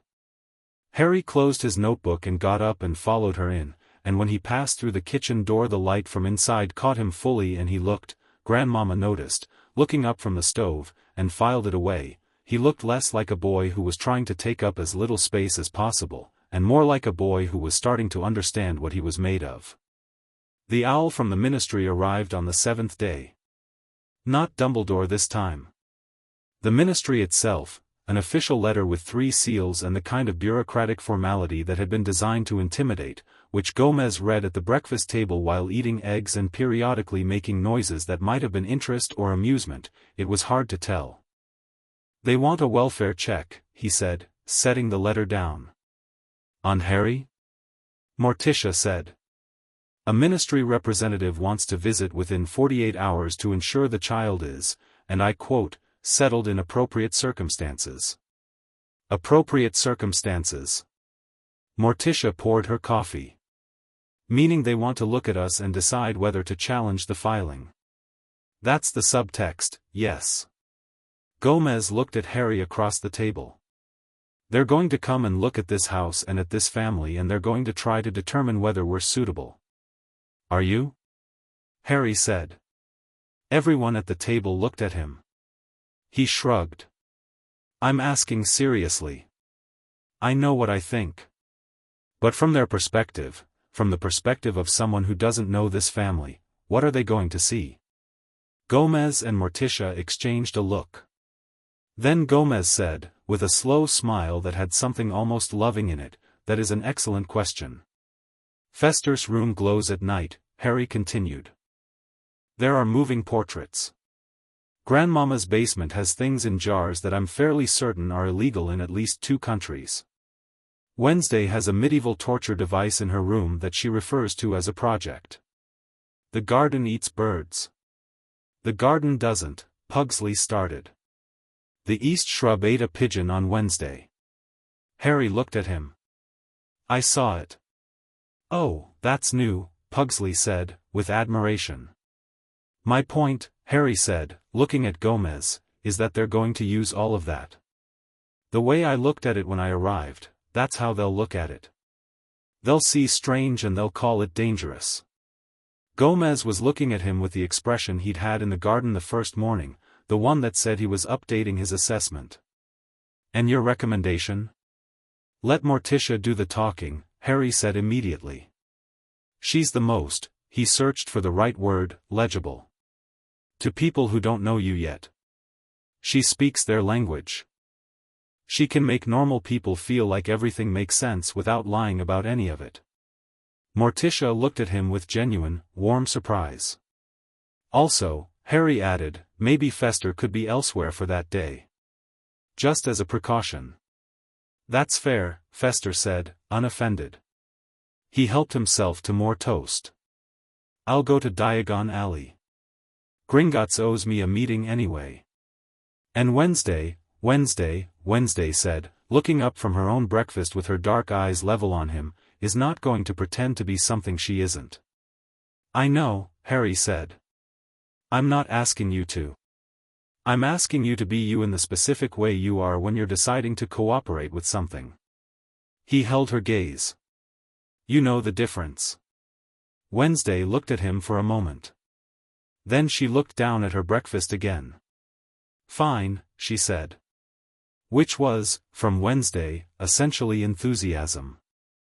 Gomez leaned back in his chair and looked at the ceiling with the expression of a man experiencing several emotions at once. Then he looked at Morticia, who was looking at Harry with something that was not quite a smile because Morticia's smiles were rarely quite anything but were always felt. "He's been here a week," Gomez said, to no one in particular. "Yes," Morticia said. "He just strategized a ministry welfare visit over eggs." "Yes. I think he might be ours." Morticia looked at her coffee cup and said nothing, which with her was the same as saying everything. The ministry official came on the second day, a woman named Wilhelmina Bones, junior official, clipboard, quick eyes that catalogued everything. She walked through the house with the particular alertness of someone trained to look for problems and very much expecting to find them. Morticia walked her through everything. Every room, every feature, every detail that might have been alarming, delivered in Morticia's low, precise voice with the absolute composure of someone who found nothing unusual about any of it and couldn't imagine why anyone else would. She explained the portraits as ancestral history. She described the garden as an unusual horticultural interest. She characterized Wednesday's chemistry experiments as an advanced scientific education being conducted under proper supervision, which was true. The guillotine in Wednesday's room, Morticia described as a historical model, which was technically accurate. Wilhelmina Bones had sat down with Harry in the drawing room for 20 minutes, alone, per protocol, and Harry had been forthcoming and steady and had answered every question directly and without embellishment, and when she asked whether he felt safe he'd said yes, and when she asked whether he felt well cared for he'd said yes, and when she asked whether he wanted to stay he'd said, "I've never wanted anything more in my life," with the quiet conviction that comes from knowing something is simply true. Wilhelmina Bones had written 4 pages of notes and had, in the car on the way back, stared out the window for a long time before writing in the margin of her report, "Family unorthodox but demonstrably caring. Child appears settled, secure, and more emotionally coherent than most children seen in standard family situations. Recommend proceeding with custody evaluation." She had added, after a pause, "The house is strange. The child does not seem to mind." The hearing date was confirmed that evening. 2 weeks out. Gomez pinned the notice to the board in his study, stood back, and looked at it with his hands in his pockets and a cigar in the corner of his mouth, and then he turned and called upstairs for Harry. Harry came downstairs 3 at a time, which was a new habit, and stopped in the study doorway. 2 weeks, Gomez said, indicating the notice. Harry looked at it. "Dumbledore will be there?" "He's been summoned as a witness." "He'll be there." He turned to face Harry. "Are you ready for what that means? For people to know you're here? For the wizarding world to start paying attention?" Harry considered this for a moment. Through the study window he could see the garden, the dark roses, the east shrub that had eaten the pigeon. Behind him the house breathed its particular breath, the sound of old wood and old magic and the particular weight of a family that had been itself, stubbornly and completely, for centuries. He thought about the cupboard. The lock on the outside. The oversized clothes and the thin blanket and the years of making himself small enough not to be noticed. "Yes," he said. Simply and completely. "I'm ready." Gomez looked at him for a moment, the small boy in the doorway with the dark hair going everywhere and the glasses slightly crooked and the absolute, settled certainty in his eyes that was not the certainty of someone who had never been afraid but of someone who had decided that fear was not the organizing principle anymore. "Good," Gomez said. He turned back to the board and began writing, and Harry came and stood beside him and watched, and upstairs Grandmama opened the notebook to a new page, and Wednesday sharpened a pencil for reasons she would not explain to anyone, and the house prepared itself, as it had been doing for centuries, for whatever came next. It was ready. They all were. Chapter 3, The Owl, the Lawyer, and the Nuclear Option. Mortimer Frump arrived on a Tuesday. He came by way of the front door rather than any magical means, which he preferred because he'd found over 40 years of practice that walking through doors gave him time to compose his face into its professional configuration before anyone saw him. He was a small, angular man who dressed in gray the way Gomez dressed in pinstripes, with intention, with commitment, as an expression of identity rather than mere clothing preference. He had silver hair cut close to his skull and eyes that were the color of good steel and moved with the constant, rapid assessment of a man who was always reading a room before anyone knew he'd arrived. He had a briefcase that lurch-eyed with profound suspicion, which Mortimer ignored. Gomez met him in the hallway with both hands extended and the warmth of a man greeting someone he trusted, which was a short list. "Mortimer. Magnificent timing." "My timing is always magnificent." He let Gomez take his coat. "I have read everything you sent me." He paused, which with Mortimer meant something was coming that he wanted full attention for. "Gomez. This is the most extraordinary legal situation I have encountered in 4 decades of magical law." "Extraordinary good or extraordinary complicated?" "Both. Simultaneously." He looked up the staircase, then around at the hallway, cataloging. "The boy is here?" "Upstairs. He knows you're coming." "Good. I need to speak with him directly before we finalize strategy. He's the client, ultimately, whatever the guardianship situation." He set his briefcase on the hall table and clicked it open with the authority of a man who owned whatever room his briefcase was open in. "Walk me through the timeline. Everything from the séance." They went into the study. Mortimer listened without interrupting, which was one of his professional gifts. He had a quality of attention that felt like a physical weight, like he was pressing every word flat against a surface and examining it from multiple angles simultaneously. He sat with a legal pad and wrote things in a shorthand that appeared to be partially his own invention and partially something older, and he asked no questions until Gomez had finished.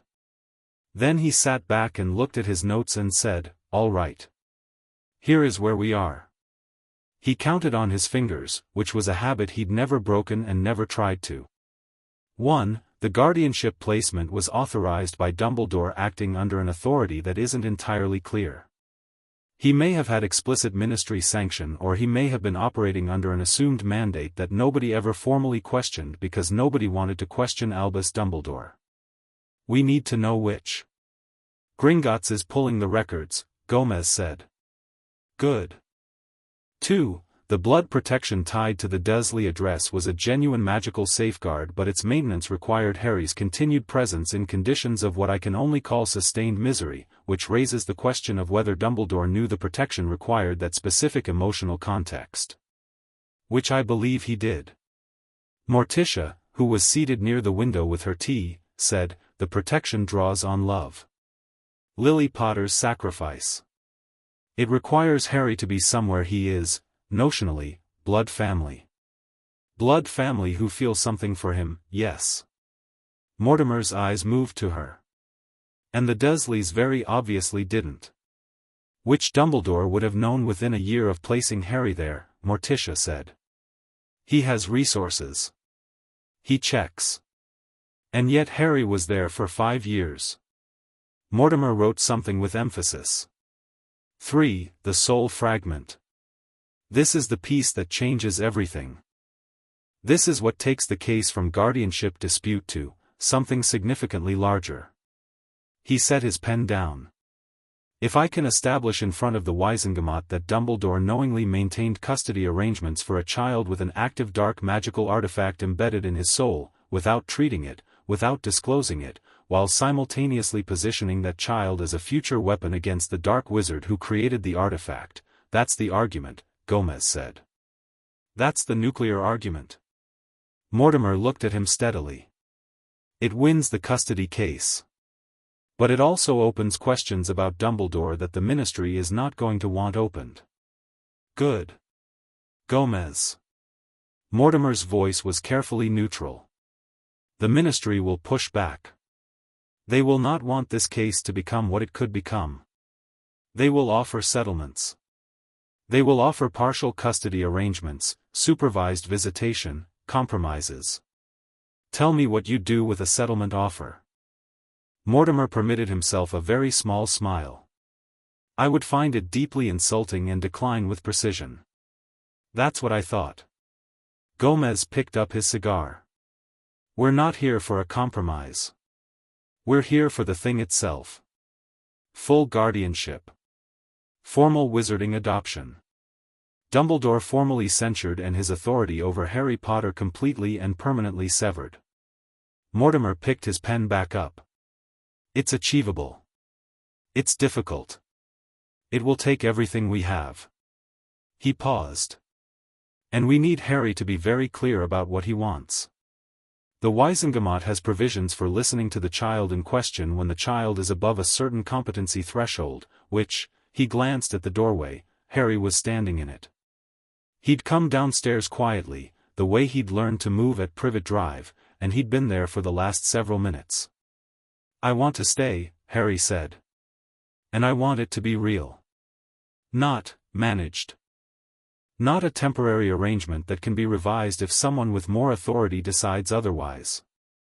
He came into the room. I want the legal thing. Both legal things, Muggle and wizarding. I want there to not be a version of this where someone can come and take me back. Mortimer looked at him with the same rapid assessment he gave everything, but held it longer than usual. How old are you? 5. You sound older. I had a lot of time to think in a cupboard, Harry said. Mortimer looked at Gomez. Gomez looked at the ceiling with the expression of a man absolutely not feeling anything in particular. Right, Mortimer said. Sit down, Harry. Let's talk about what happens in that courtroom.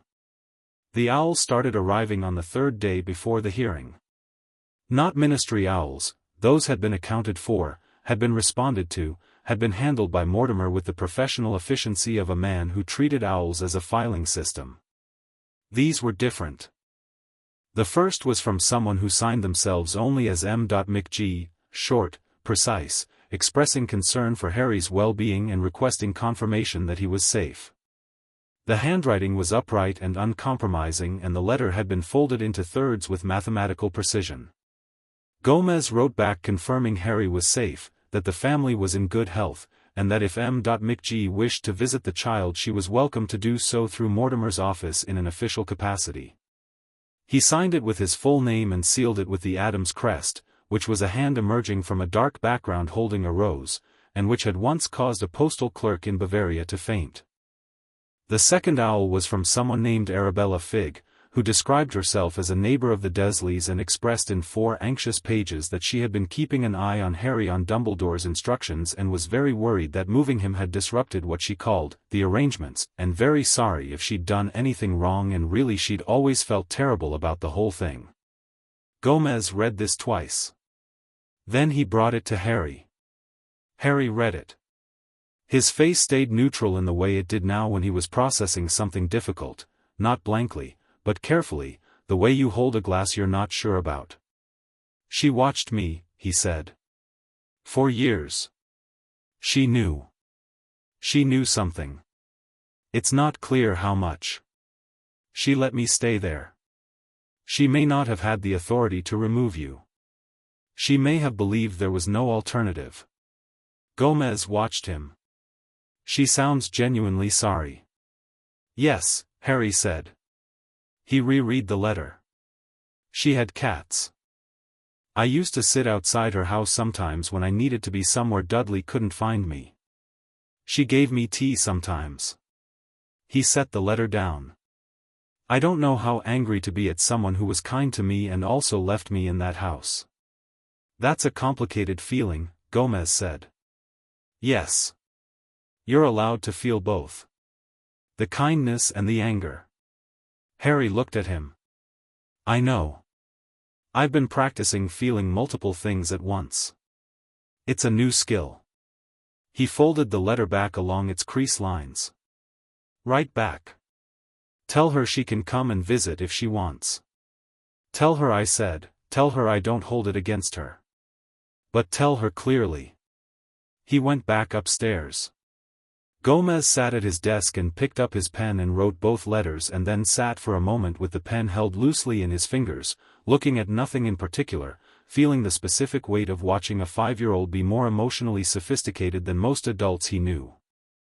Then Lurch appeared in the doorway and made the sound that meant there was another owl. This one had no signature.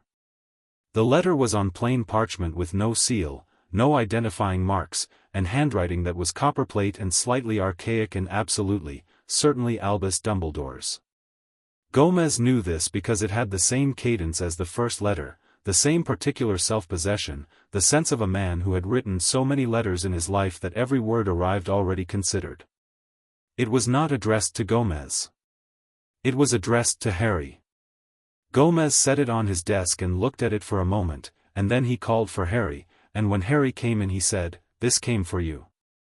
I haven't opened it and I'm not going to. But you should know it's from Dumbledore before you decide what to do with it." Harry looked at the letter. He picked it up and turned it over and set it back down. Does Mortimer need to see it? Potentially. If it contains anything relevant to the case. Okay. Harry picked it up again. He opened it. He read it standing at Gomez's desk, and his face was still the whole time, and when he finished he set it down and pushed it across to Gomez. Gomez read it. It was, and this was what made it both impressive and maddening, kind. It was thoughtful, measured, warm. It spoke about Harry's parents as people Dumbledore had loved. It expressed genuine apparent distress about the conditions at the Dursleys, framed as an oversight, an error of judgment, something he'd been monitoring and intended to address. It explained the blood protection clearly and compassionately and described the necessity of it with real apparent regret. And then, in the final paragraph, it said that Harry's destiny was something that neither of them had chosen but both of them bore, and that Dumbledore hoped, deeply and sincerely, that Harry would trust him enough to work together toward the outcome that would save the most lives. Not come home. Not abandon the Addams family. Not quite any direct ask. Just, trust me. Gomez set the letter down. He's good, Harry said. He wasn't saying it with admiration. He was saying it the way you'd assess a chess opponent, objectively, neutrally, accounting for the weight of what was across the board from you. He's very good, Gomez agreed. He's not lying, exactly.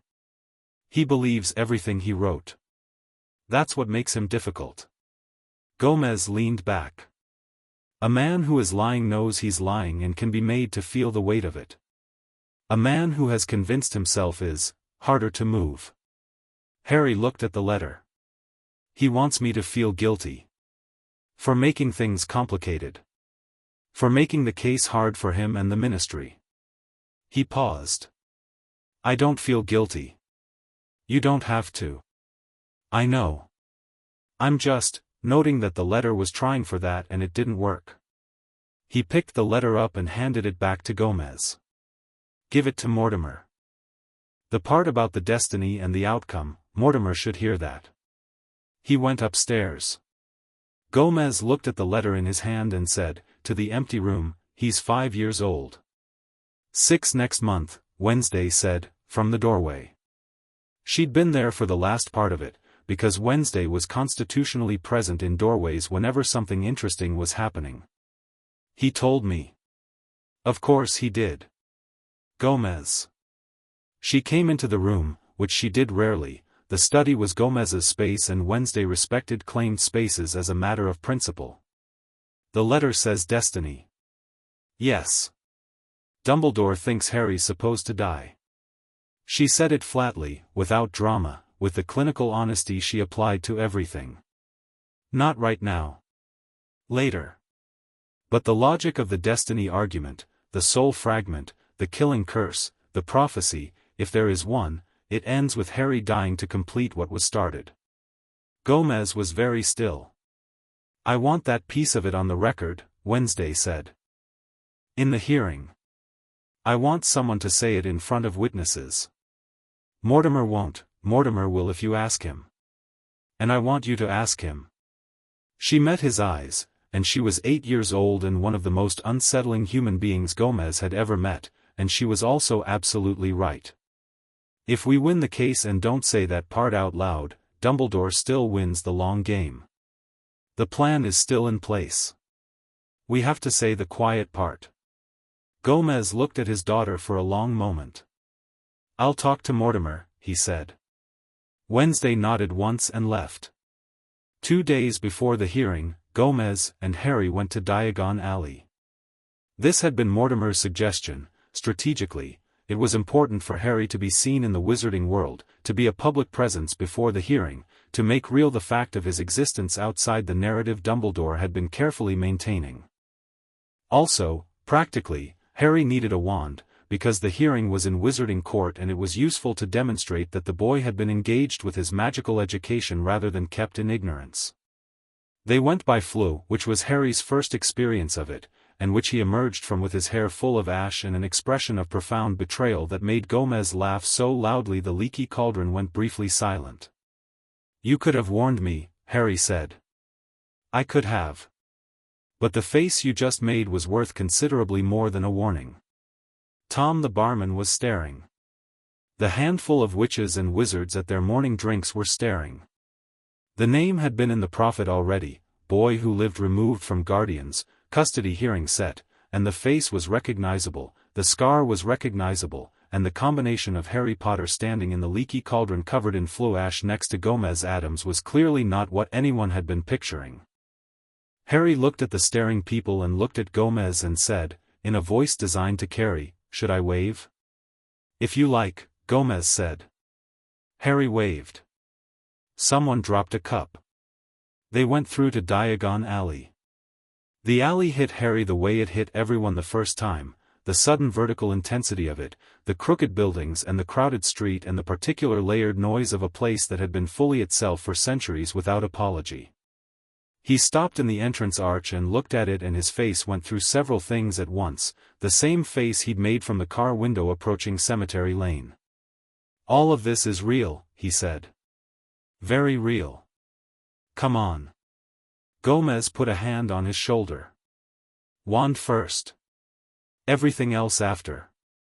Ollivanders was quiet in the early morning, quiet and dusty and full of the peculiar watchful quality of a place where everything has opinions.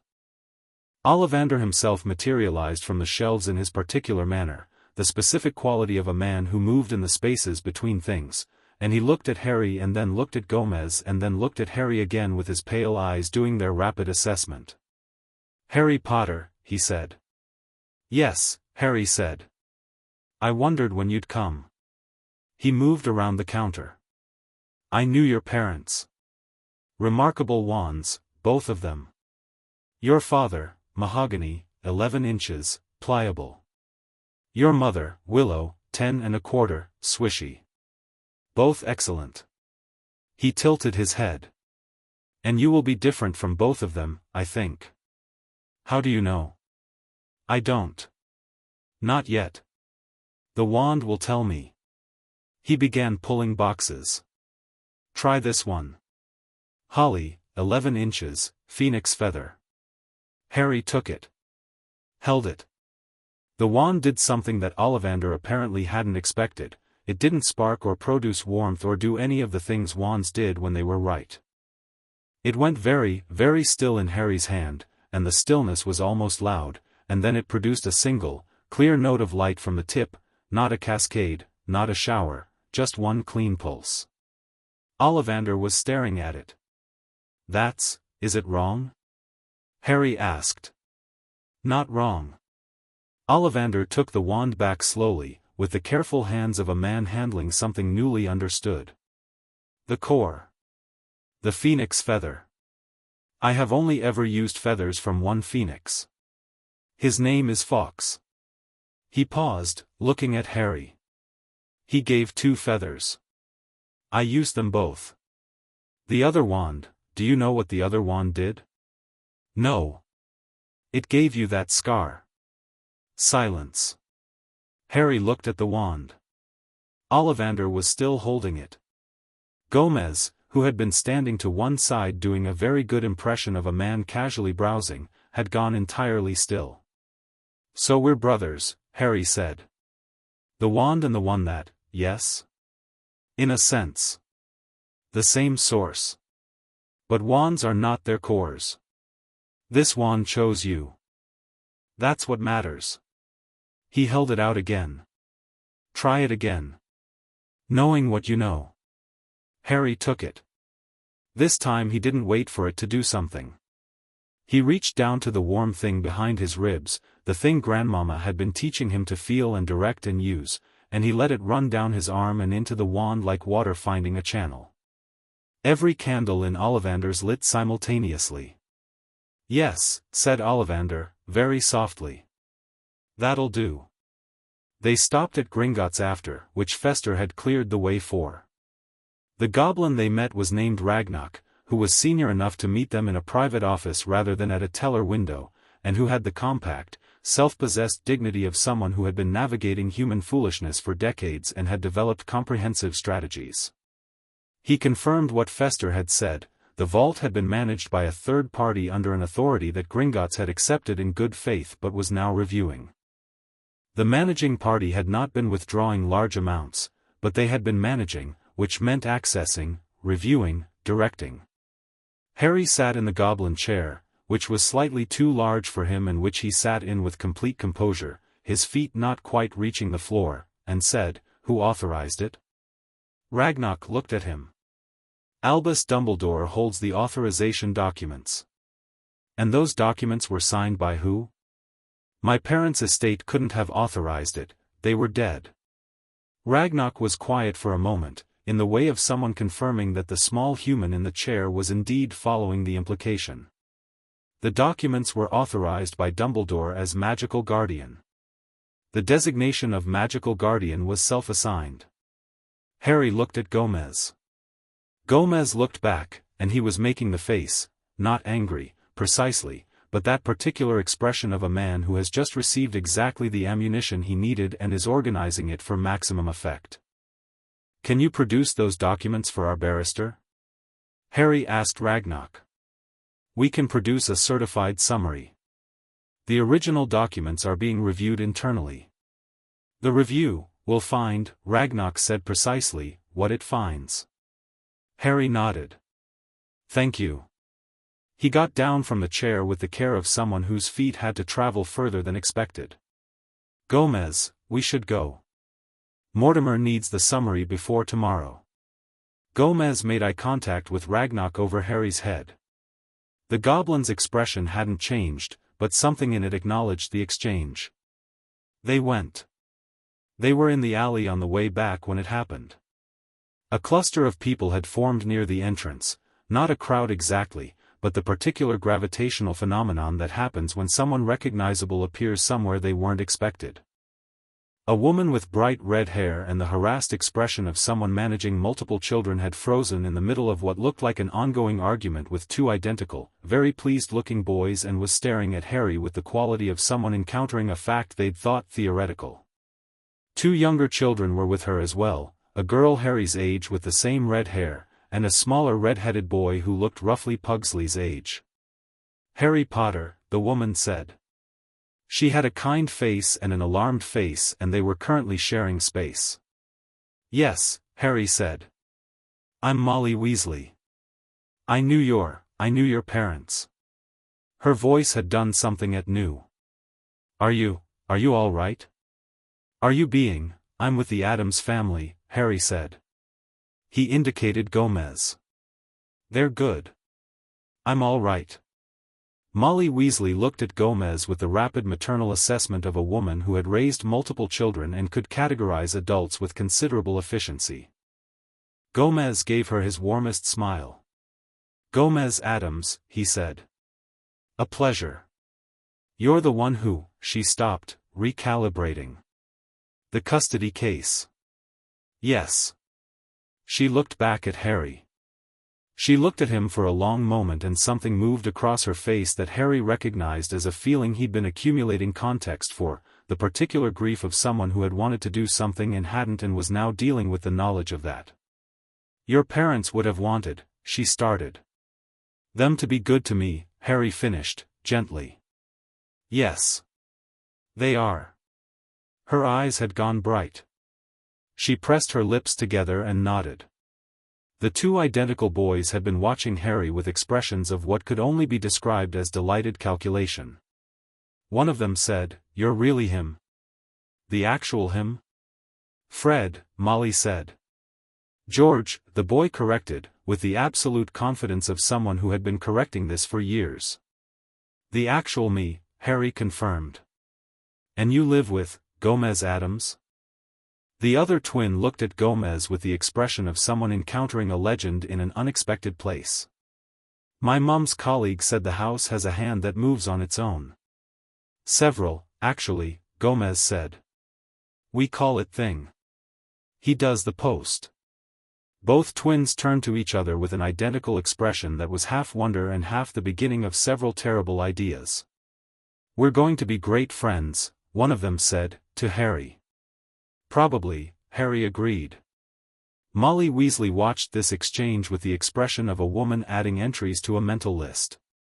Then she looked at Gomez and said, quietly, the hearing tomorrow. Do you have everything you need? I believe so, Gomez said. Because if you need a character witness. Someone who knew his parents.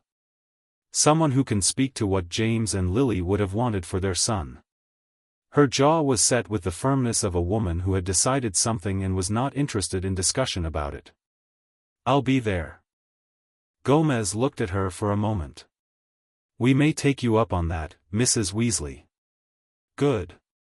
She turned and organized her children back into motion with the efficient precision of a woman herding cats professionally, and the red-headed mass of them moved off down the alley, and the two twins turned back twice to look at Harry with identical expressions of assessment and interest.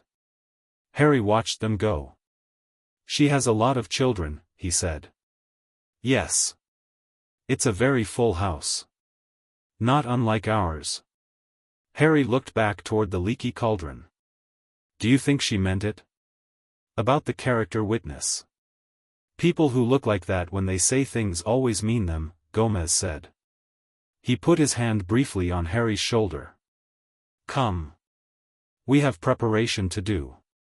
The evening before the hearing, the house was different. Not overtly, nothing had changed in any catalogable way. The portraits were in their frames, Lurch was in his doorways, the garden was doing the things the garden did. But there was a quality of attention in the house, a drawn-in quality, the way a person takes a breath before something significant. Everyone gathered in the drawing room after dinner. Not by plan, it simply happened, the family finding its way to the same space the way families do when they feel something coming. Gomez sat in his chair. Morticia sat near him. Grandmama had brought her knitting and was doing something with wool the color of dried blood that she refused to explain. Fester was on the settee reading what appeared to be a legal document, which was new for Fester and spoke to the weight of tomorrow. Lurch stood in the doorway. Wednesday sat with her notebook open and her pen moving. Pugsley had his catapult but was not operating it, which was the equivalent, for Pugsley, of formal attire. Harry sat on the floor between the settee and Gomez's chair, which had become, over 2 weeks, his spot, the place he gravitated toward when the family gathered, the gravitational center of his sense of safety. Tell me what happens tomorrow, he said. We go to the ministry, Gomez said.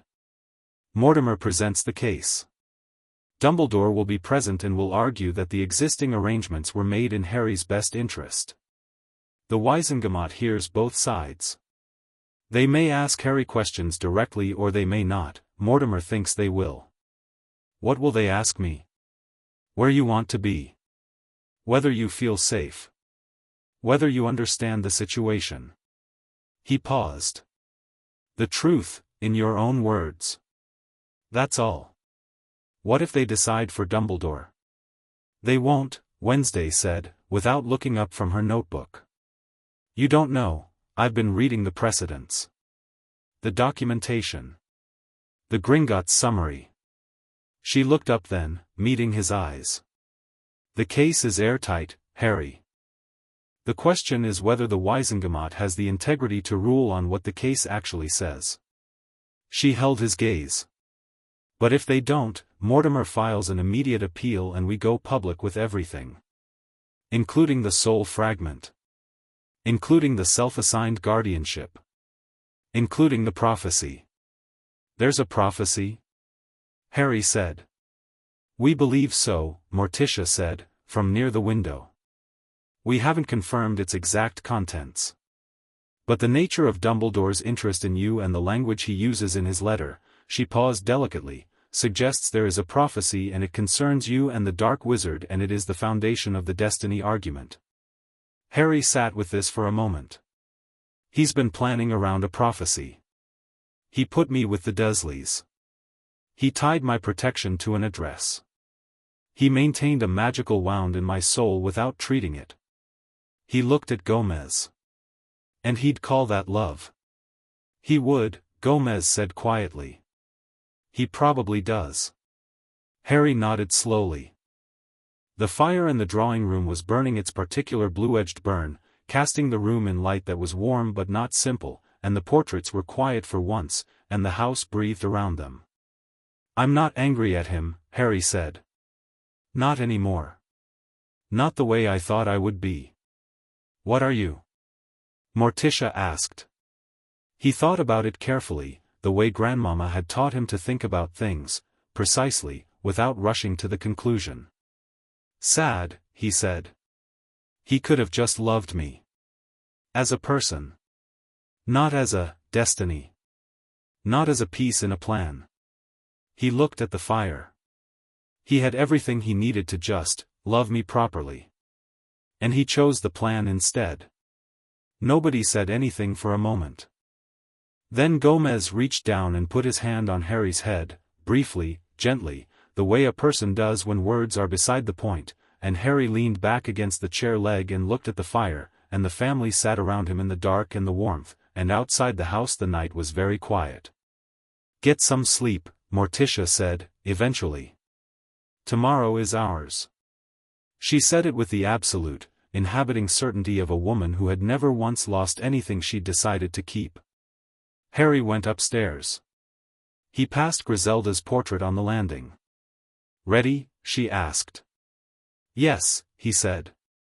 Good, said Griselda. Go in there and remind them what the law is actually for. Harry went to bed. He slept without dreaming. The house kept watch, as it always did, and in the morning the dark roses in the garden were all facing east toward the ministry, which nobody mentioned but everyone noticed. At 7 in the morning, Gomez stood in front of the hallway mirror in his finest suit, the black pinstripes with the blood-red pocket square, the one Morticia had chosen and that he wore for occasions that required everything he had. His mustache was perfect. His posture was a declaration. Morticia appeared behind him in the mirror. Black dress, fitted perfectly, the particular quality of composure she wore like a second skin. Ready? She asked, the way she always asked, the way she'd asked before every significant thing in their life together. I've been waiting for this, he said, since the moment I saw that cupboard. She took his arm. He covered her hand with his. They went to court. Chapter 4, The Trial of Albus Dumbledore. The Wizengamot convened at 9 in the morning in Courtroom 10. Courtroom 10 was underground, reached by a lift that descended with the particular reluctance of machinery that had been doing the same job for centuries and had feelings about it. The walls were old stone and the ceiling was vaulted, and the tiered benches of the Waisengemot rose in a horseshoe around the central floor in the way of places designed to make whoever stood in the center feel the full weight of institutional attention. There were brackets on the walls for torches, and the torches were lit, and the light they cast was orange and shifting and did not flatter anyone. Gomez walked in and looked up at the vaulted ceiling and the ranked benches and the 70-odd Waisengemot members in their plum robes settling into their seats, and he looked precisely as comfortable as he looked everywhere, which was entirely. Mortimer walked beside him, briefcase, gray suit, the focused stillness of a man conserving energy for when it would be most needed. Behind them, Morticia. Behind her, Wednesday, who had argued with considerable force for the right to attend and whose argument had been so airtight that Mortimer had eventually said he had no legal objection, which was as close as he came to saying she was right. Harry came last.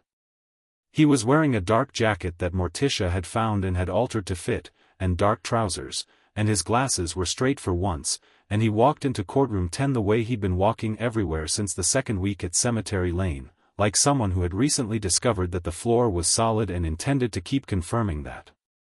He found his seat between Gomez and Morticia and sat, and he looked at the courtroom with the careful attention he gave to new spaces, cataloging, measuring. On the opposite side of the floor was a ministry table with 3 officials he didn't know and one he recognized from descriptions: Cornelius Fudge, the Minister for Magic, round-faced and sweating slightly in a way that suggested he'd been sweating since he woke up. Beside the ministry table was a second table. Albus Dumbledore sat at it alone. He was exactly what his letter had suggested, a man of enormous presence, white beard, half-moon glasses, the quality of someone to whom rooms had been deferring for so long that rooms simply did it automatically now. He was wearing robes of deep blue and he held a long-fingered hand on the table surface, and he was looking, when Harry looked at him, directly at Harry. It was not a hostile look. That was the thing about it, it was warm, genuinely warm, the look of someone seeing something they cared about. But it had, underneath the warmth, the quality of assessment that Harry had learned to recognize. Taking stock. Calculating distance. Harry looked back at him steadily and then looked away, which was its own kind of statement. The chief warlock called the session to order, an elderly witch named Griselda Marchbanks who had the brisk precision of someone who had been doing this since before most of the people in the room were born and found the administration of it mildly tiresome. She had sharp eyes and the kind of voice that cut through noise without being raised. "The matter before the Waisengemot today," she said, "is the petition of Gomez Addams for full guardianship and formal magical adoption of one Harry James Potter, aged 5, in opposition to existing arrangements made by Albus Percival Wulfric Brian Dumbledore. The petition further requests a formal review of said arrangements and a censure ruling on the conduct of the arranging party." She looked across both tables. "We will hear the petition first." Mortimer stood. Mortimer from presenting a legal argument was a particular experience. He didn't perform, that was the first thing, the thing that distinguished him from barristers who treated courtrooms as theater. He simply spoke, with the precision of someone who had organized every word before it left his mouth and knew exactly where it was going when it arrived.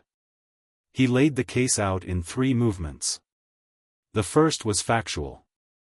The conditions at Privet Drive, documented with Wilhelmina Bones's welfare report, supplemented by a sworn statement from Arabella Figg, supplemented further by a medical assessment Mortimer had commissioned from a wizarding healer who had examined Harry during the second week at Cemetery Lane. The healer's assessment was clinical and devastating: malnourishment, evidence of sustained stress over years, emotional developmental impacts consistent with prolonged neglect. Mortimer read from it without editorial comment. He didn't need to editorialize. Several Waisengemot members had gone quite still. The second movement was legal. Mortimer produced the Gringotts summary with the precision of a man deploying a specific tool for a specific purpose. He walked the Waisengemot through the self-assigned guardianship, the documents Dumbledore had filed designating himself Harry's magical guardian without the sanction of the Potter's estate, without the approval of the Waisengemot, and without the knowledge of any living family member. He explained that the authority Dumbledore had claimed was the authority of Hogwarts headmaster, extended in an emergency capacity, and that the emergency had concluded with the defeat of Voldemort in 1981, at which point the authority should have lapsed. It did not lapse, Mortimer said, because no one asked whether it had. The ministry accepted the arrangement. The Wisengamot did not review it. And for 4 years and approximately 8 months, a child lived in a cupboard under a staircase while the magical guardian responsible for his welfare was accessible by owl at Hogwarts School. The third movement was the one Wednesday had insisted on. Mortimer paused before it. Just briefly, a breath's worth of pause that was itself a signal to the room. Then he said, "The Wisengamot is aware that Harry Potter survived the killing curse in 1981. What the Wisengamot may not be fully aware of is the specific magical mechanics of that survival and their consequences for the child." He explained the soul fragment. He used Grandmama's analysis, which he had submitted as an expert witness statement. Grandmama had been ruled admissible as an expert in dark magical artifacts on the basis of her having personally encountered several and survived, which the Wisengamot had found difficult to argue with.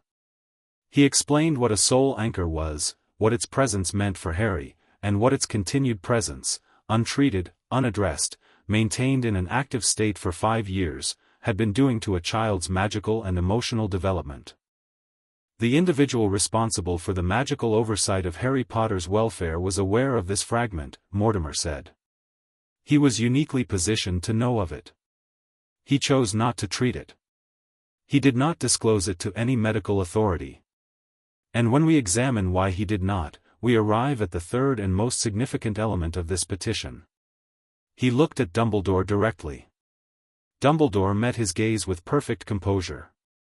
"There exists," Mortimer said, "a prophecy.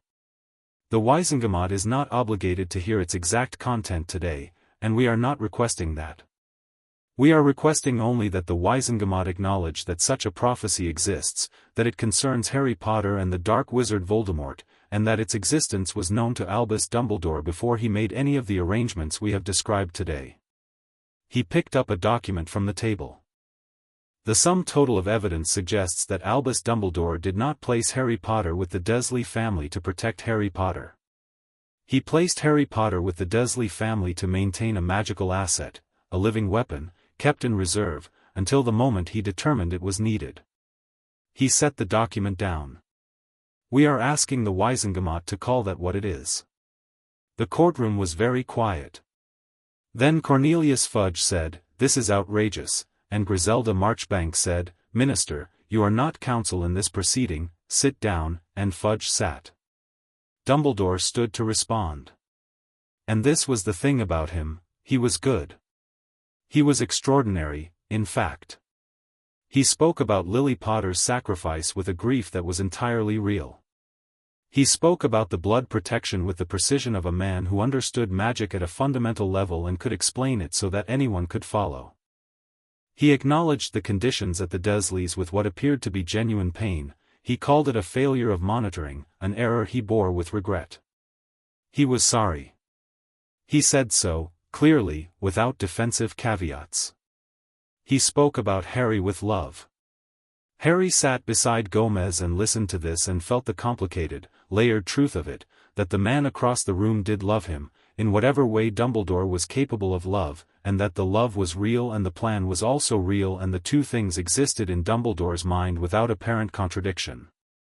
"I have made mistakes," Dumbledore said, with the dignity of a man who had chosen to hold the weight of this rather than deflect it. "I placed too much faith in the protection at the expense of attention to the child's daily experience. I should have checked more rigorously. I should have intervened sooner." He looked at Harry. "I am sorry, Harry." Sincerely and completely. Harry looked back at him. He didn't look away this time. "The soul fragment," Dumbledore continued, "is something I have known about and have been carefully considering how to address. The timing of its removal is delicate. Incorrect removal could, you're expert on the matter," Mortimer said, from his seat, because Marchbanks had given counsel permission to interject during testimony, has had the child for 2 weeks. Grandmama Addams has already developed a safe removal protocol. A pause. Dumbledore looked at Mortimer. I was not aware, you didn't ask, Mortimer said pleasantly. Several Wizengamot members exchanged looks. Dumbledore composed himself. I want what is best for Harry, he said, and looked back at Harry again, and the look was genuine. I have always wanted what is best for Harry. The question before this court is whether what is best for Harry in the short term is also best for the world in the long term. There it is, Gomez said. He hadn't spoken yet, he'd been sitting beside Harry with his hands clasped on the table, still and watchful in the way he was still and watchful before he moved decisively. But now he spoke, and his voice carried in the stone courtroom with the natural authority of a man accustomed to filling rooms. Not Harry first. The world first. Harry in service of the world. Dumbledore looked at him. Mr. Addams, Marchbanks said. You are not counsel. I am the petitioner, Gomez said, and I believe I have the right to speak in support of the petition. Marchbanks considered. Briefly. Gomez stood. He buttoned his jacket, both buttons, precisely, and he looked at the Wizengamot and then at Dumbledore, and he spoke with the focused, unhurried clarity of a man who had been waiting for this exact moment. My family found this boy through a séance, he said. Which I appreciate sounds unorthodox. We found him because his magic was leaking distress signals audible to sensitive practitioners from 3 counties away. We found him because someone had pressed a dark magical artifact into his soul and left it there for 5 years without treatment. We found him sleeping in a cupboard under a staircase. He paused, letting that sit. We brought him home. In 2 weeks, he has had more hot meals, more sleep, more education, and more honest conversation about his own situation than he had in the preceding 5 years combined. He is articulate, emotionally coherent, magically gifted beyond any reasonable expectation for his age, and he is, and I want this on record, the most remarkable child I have ever met. Not because of the scar on his forehead. Because of who he is. Dumbledore was watching him with the still attention of someone listening very carefully. You built a plan around this boy's death, Gomez said quietly. You'll dress it up and you'll call it destiny and you'll say it's for the greater good, and I don't doubt for a moment that you believe every word of it. But a plan that ends with a child dying is not love. It is not protection. It is not the greater good. He looked at Dumbledore directly. It is the longest, most elegant form of using someone that I have ever encountered.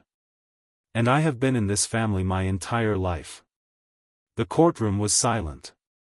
I am asking, Gomez said, for the legal right to love this child without an agenda. That is all. That is the entire petition.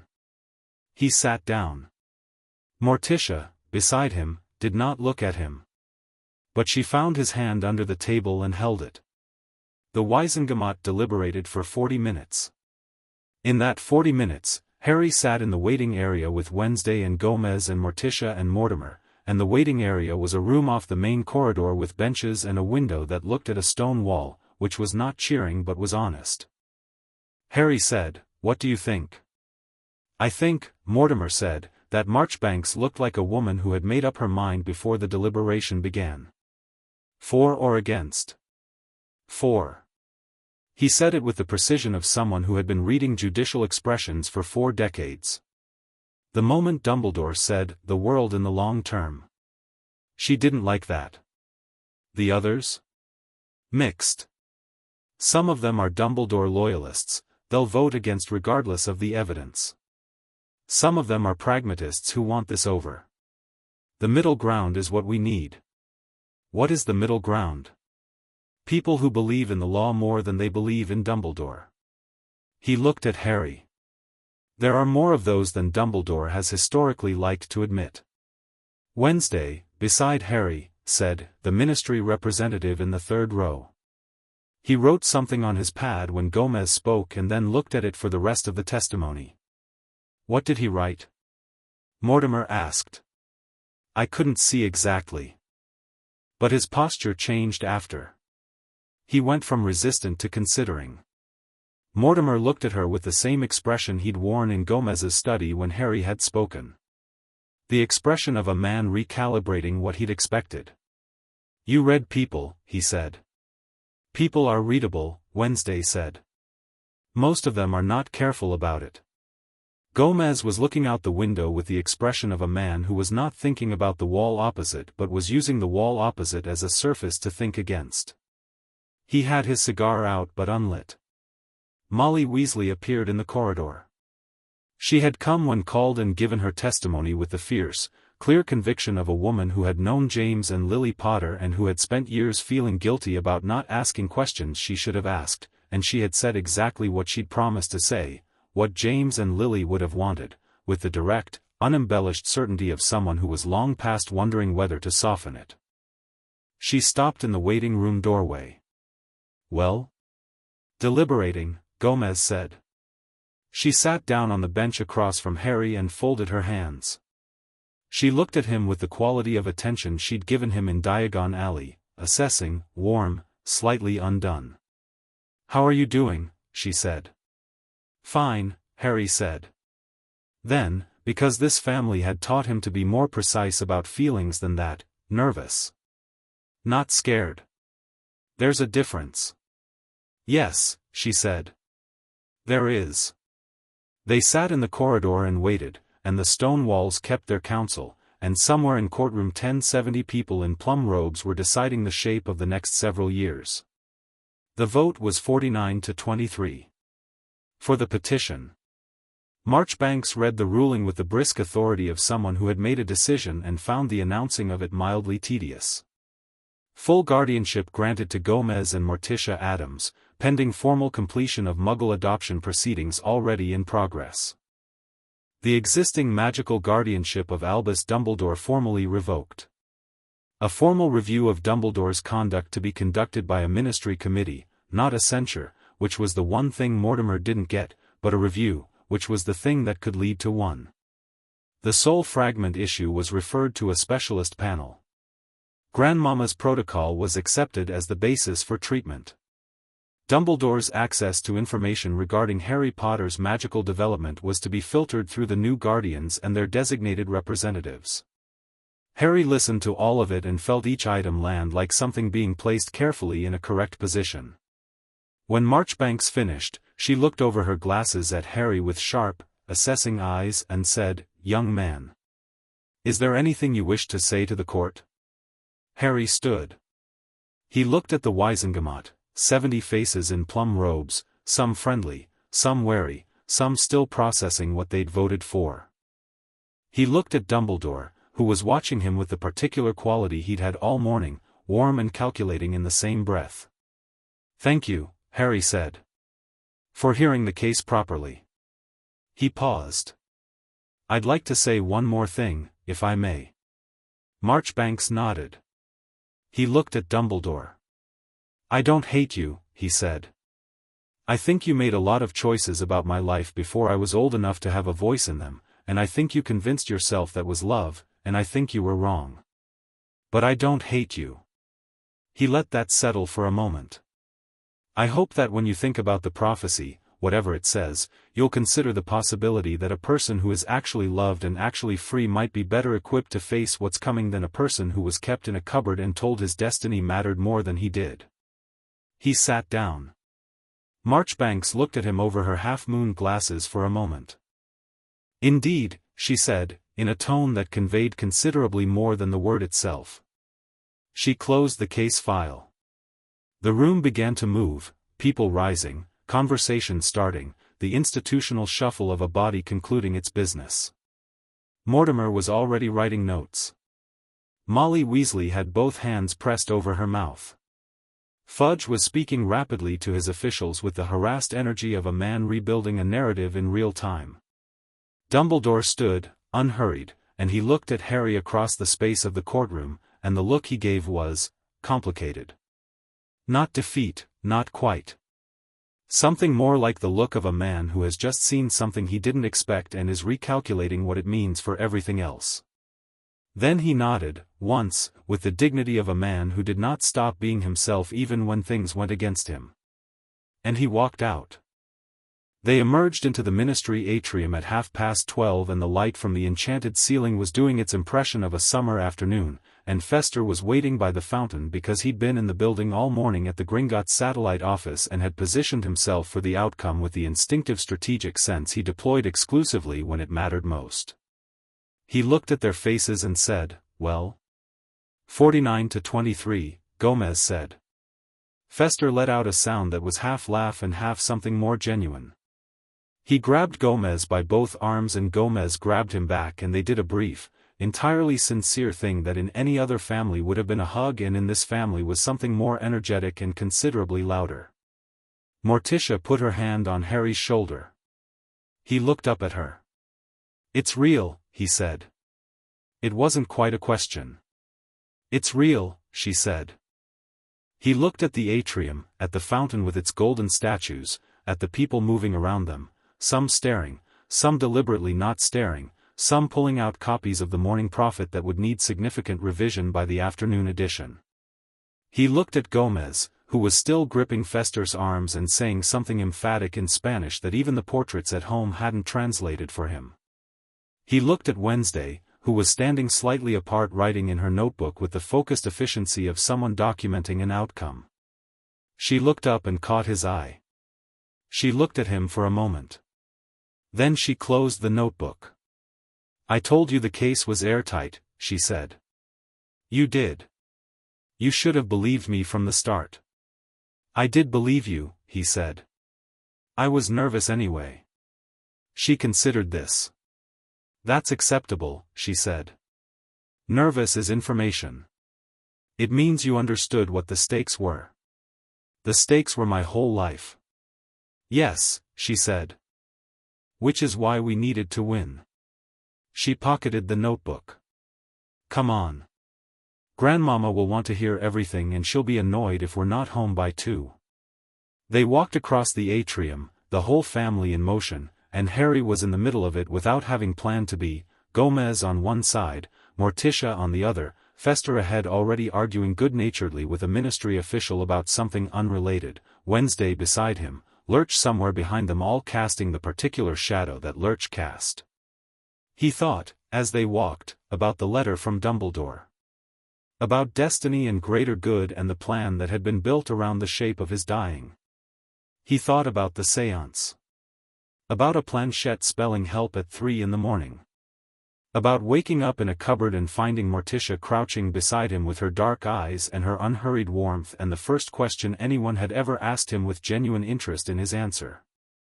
He thought about the roses facing east. He thought about the chess piece Fester had taught him to sacrifice in order to change the board. He thought, "I am not a piece." And he thought it without anger, without the grief that had been attached to it for most of 2 weeks. Just clearly, the way you think a thing you've finally properly understood. He was not a piece. He was not a destiny. He was not a weapon or an investment or a component of someone else's plan. He was a boy with a wand and a scar and a family of wonderful, terrifying, loving monsters, and he was 6 years old next month, and his whole life was in front of him. The lift doors opened. They piled in. Gomez produced a cigar from somewhere and lit it with a gesture that lit it without a match, which was new. He'd been practicing wand-free magic with Grandmama and it was beginning to show, and the smoke curled up toward the lift ceiling and the lift went up. "Lunch," Morticia said, as they rose. "Then we celebrate." "What kind of celebration?" Pugsley asked. He'd been waiting at the top of the lift, because Mortimer had arranged for him to join them once proceedings were concluded, and he'd been sitting in the ministry lobby for 2 hours getting increasingly wound up and had deployed the catapult once at a potted plant that had been asking for it. "The Addams kind," Gomez said. Pugsley's face became a thing of pure joy. Harry looked at Pugsley's joy and felt something expand in his chest that was its own kind of answer to a question he'd been carrying since a cupboard under a staircase on Privet Drive, and the question was, is this what it's supposed to feel like? And the answer was yes. Yes. Exactly like this. The celebration was memorable. Not because of what Grandmama cooked, though she cooked something magnificent and dark and savory that she said was a family recipe from 1742 and that she further said had been served after every significant Addams victory since the first one, which had involved a lawsuit in colonial France. Not because of the wine Gomez opened, or the fireworks Pugsley produced without explanation, or the moment after dinner when Fester produced a small device that played music at a frequency that made the portraits dance, which they did with surprising elegance. It was memorable because at some point after dinner, when the drawing room was warm and lit and the family was scattered around it in the comfortable disorganization of people who have just done something hard and earned the right to be unstructured, Harry climbed onto the settee beside Gomez, which he had never done before, and put his head against Gomez's shoulder without thinking about it, without calculating whether it was allowed. Gomez went completely still for a moment. Then he put his arm around the boy and said nothing, because nothing was the correct thing to say. Morticia, from across the room, met his eyes over Harry's dark, already sleeping head. She lifted her wine glass slightly, in the smallest, most private toast Gomez had ever been given. He lifted his cigar in return. Outside, the dark roses were all facing the same direction again, and the house had settled into a different quality of rest than it usually held, deeper, fuller, like a house that had been holding its breath for weeks and had just, finally, let it out. Chapter 5, The Letter, the Train, and the Boy Who Arrived. The Hogwarts letter came on a Tuesday in July, 5 years after the custody hearing, delivered by an owl that landed on the breakfast table with the self-important air of an animal conscious of its historical role. Harry was 10, nearly 11, and he was in the middle of a chess game with Fester that had been running for 3 days across a board on the kitchen table, accommodated around meals by mutual agreement and the tacit acceptance of everyone else that the board was a permanent fixture until resolved. He picked up the letter without looking away from the board, opened it one-handed, read it, and set it down. Then he moved his knight. Fester looked at the board. Then at the letter. Then at Harry. "You're not going to, I knew it was coming," Harry said. "Grandmama told me in April." "She told you the exact date?" "She told me the owl would come before August."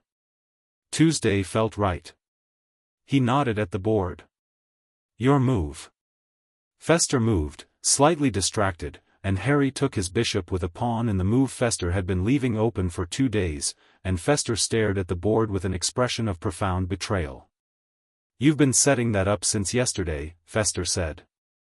"Since the beginning of the game," Harry said. "You never protect the queenside bishop when you're ahead. It's a pattern." He picked up the letter again and read it properly. It said everything Grandmama had said it would say: supplies list, Diagon Alley, platform 9 3/4, 1st of September. The Hogwarts crest on the envelope. Mr. H. Potter, the East Room, Cemetery Lane. The address had been correct on the first try, which said something about the school's tracking magic and also, Harry thought, about how carefully he'd been watched even from a distance. He went to find Gomez. Gomez was in the study with 3 newspapers and a letter from Mortimer and the particular expression of a man who had been monitoring something with the patience of a person who enjoys the monitoring as much as the outcome.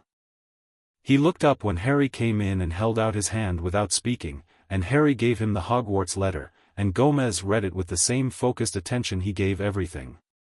"Well," he said. "Well," Harry agreed. "Thoughts?"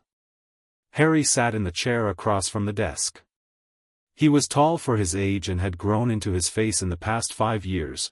The dark hair was still emphatic, the glasses still slightly crooked despite 3 replacements, the scar still there and now simply a feature rather than a wound, the way the goblins had confirmed after Grandmama's removal procedure the previous summer. The soul fragment was gone. Had been gone for 2 years. The dreams had stopped within a month. What remained was Harry, just Harry, nothing borrowed or attached, his own magic and his own mind and the 5 years of education he'd accumulated in a family that treated learning the way other families treated sport, competitively and with genuine passion. "I've been thinking about it for months," he said. "Since Grandmama said April. I've been sorting through what I expect it to be and separating that from what I want it to be. And? I want to go. I've always wanted to go. The magic is, it's one thing to learn it here, from Grandmama and the portraits and the books. But Hogwarts has resources we don't have. Other students. A breadth of, he paused, choosing the word carefully, institutional knowledge. What do you expect it to be? Complicated. He looked at the letter. I'm Harry Potter. I've been Harry Potter this whole time, but I've been Harry Potter here, at Cemetery Lane, where it means something specific. At Hogwarts it'll mean something different. Something other people have decided. He looked at Gomez. People have been writing about me in the Prophet since the custody hearing. The boy who lived, the Addams ward, depending on who's writing and what they think about the family. I'll arrive there already being a story. You've been a story since you were 15 months old, Gomez said. Yes. But I've had 5 years of being a person at the same time. He leaned back. I'm not worried about it. I just want to be clear-eyed about what I'm walking into. Gomez looked at his son. He thought of Harry as his son now, had thought of him that way since approximately the second week at Cemetery Lane when Harry had started sleeping without nightmares, and the formal Muggle adoption had made it legal, but the legal part had just been paperwork on top of something that was already true, and felt the particular pride that had nothing to do with achievement and everything to do with who a person was. Dumbledore, Gomez said. Yes. He's the headmaster. Yes. He'll be professional, Gomez said. He's too careful not to be. But he hasn't stopped thinking about the prophecy. Mortimer's contacts at the ministry say the review committee found nothing formally actionable. He was very careful, legally. The soul fragment removal changed the calculus, but it didn't change his understanding of what the prophecy means. He still thinks I have to die, Harry said. Not distressed. Factual. He still thinks the prophecy requires a final confrontation with Voldemort in which one of you destroys the other. Gomez held the letter. Without the soul fragment, the mechanics of the original plan don't work anymore. Mortimer's word was recalibrating. What does recalibrating look like, from his end? Probably like being very, very kind to you and hoping you'll be inclined to make heroic choices when the moment comes. Harry was quiet for a moment, and then, to Gomez's considerable delight, he laughed. He's going to be so frustrated, Harry said. I'm going to be so difficult to martyr. You're an Addams, Gomez said. We don't do martyrdom. We do dramatic survival. Harry grinned, which was a thing he did fully and genuinely now, a complete expression without reservation. I'll need to talk to Mortimer before I go. And I want to meet with the goblins again. Now that the fragment's gone, I want to sort the vault situation properly. Already scheduled, Gomez said. And I want Wednesday to help me with the defensive theory before September. She's been reading the 7th-year curriculum. She finished it in June. She's moved on to something she found in the restricted section that she refuses to tell anyone about. Harry stood. I'll ask her tonight. He moved to the door. Also, I want Grandmama to come to Diagon Alley with me. Not just for the wand, I want her to check the supplies. She has opinions about the standard Hogwarts potion ingredients that I think are valid. She has opinions about everything. Yes, but these ones are backed by 200 years of family recipe books, so. He was in the doorway. One more thing. Yes? The platform. 1st of September. He looked at Gomez directly. I want everyone there. All of us. Gomez smiled. All of us? Every single one. Including Thing. Harry tilted his head. I want to arrive at Hogwarts having been seen off by the entire Addams family. I want that to be the first impression. Gomez looked at him for a long moment, and there was something in his expression that was love in its most unguarded form, the kind that doesn't perform itself but simply exists. Platform 9 3/4, he said. 1st of September. Every single one of us. I'll have Lurch polish the hearse. Diagon Alley in late August was different from Diagon Alley in the quiet of early morning. It was full, loud, purposeful, families with Hogwarts lists moving between shops with the focused energy of people working through a task, the alley's usual theatricality amplified by the back-to-school population. Harry walked through it with Grandmama on one side and Wednesday on the other and felt the particular quality of being looked at. He'd been looked at in the alley before, 5 years ago with Gomez, and the staring then had been the staring of people encountering a surprise. Now it was different. He was known, in the specific way that the wizarding world knew public figures, not deeply but wide, the story, the scar, the Addams custody case that the Prophet had covered in extensive detail and that had generated more letters to the editor than anything since the Voldemort defeat itself.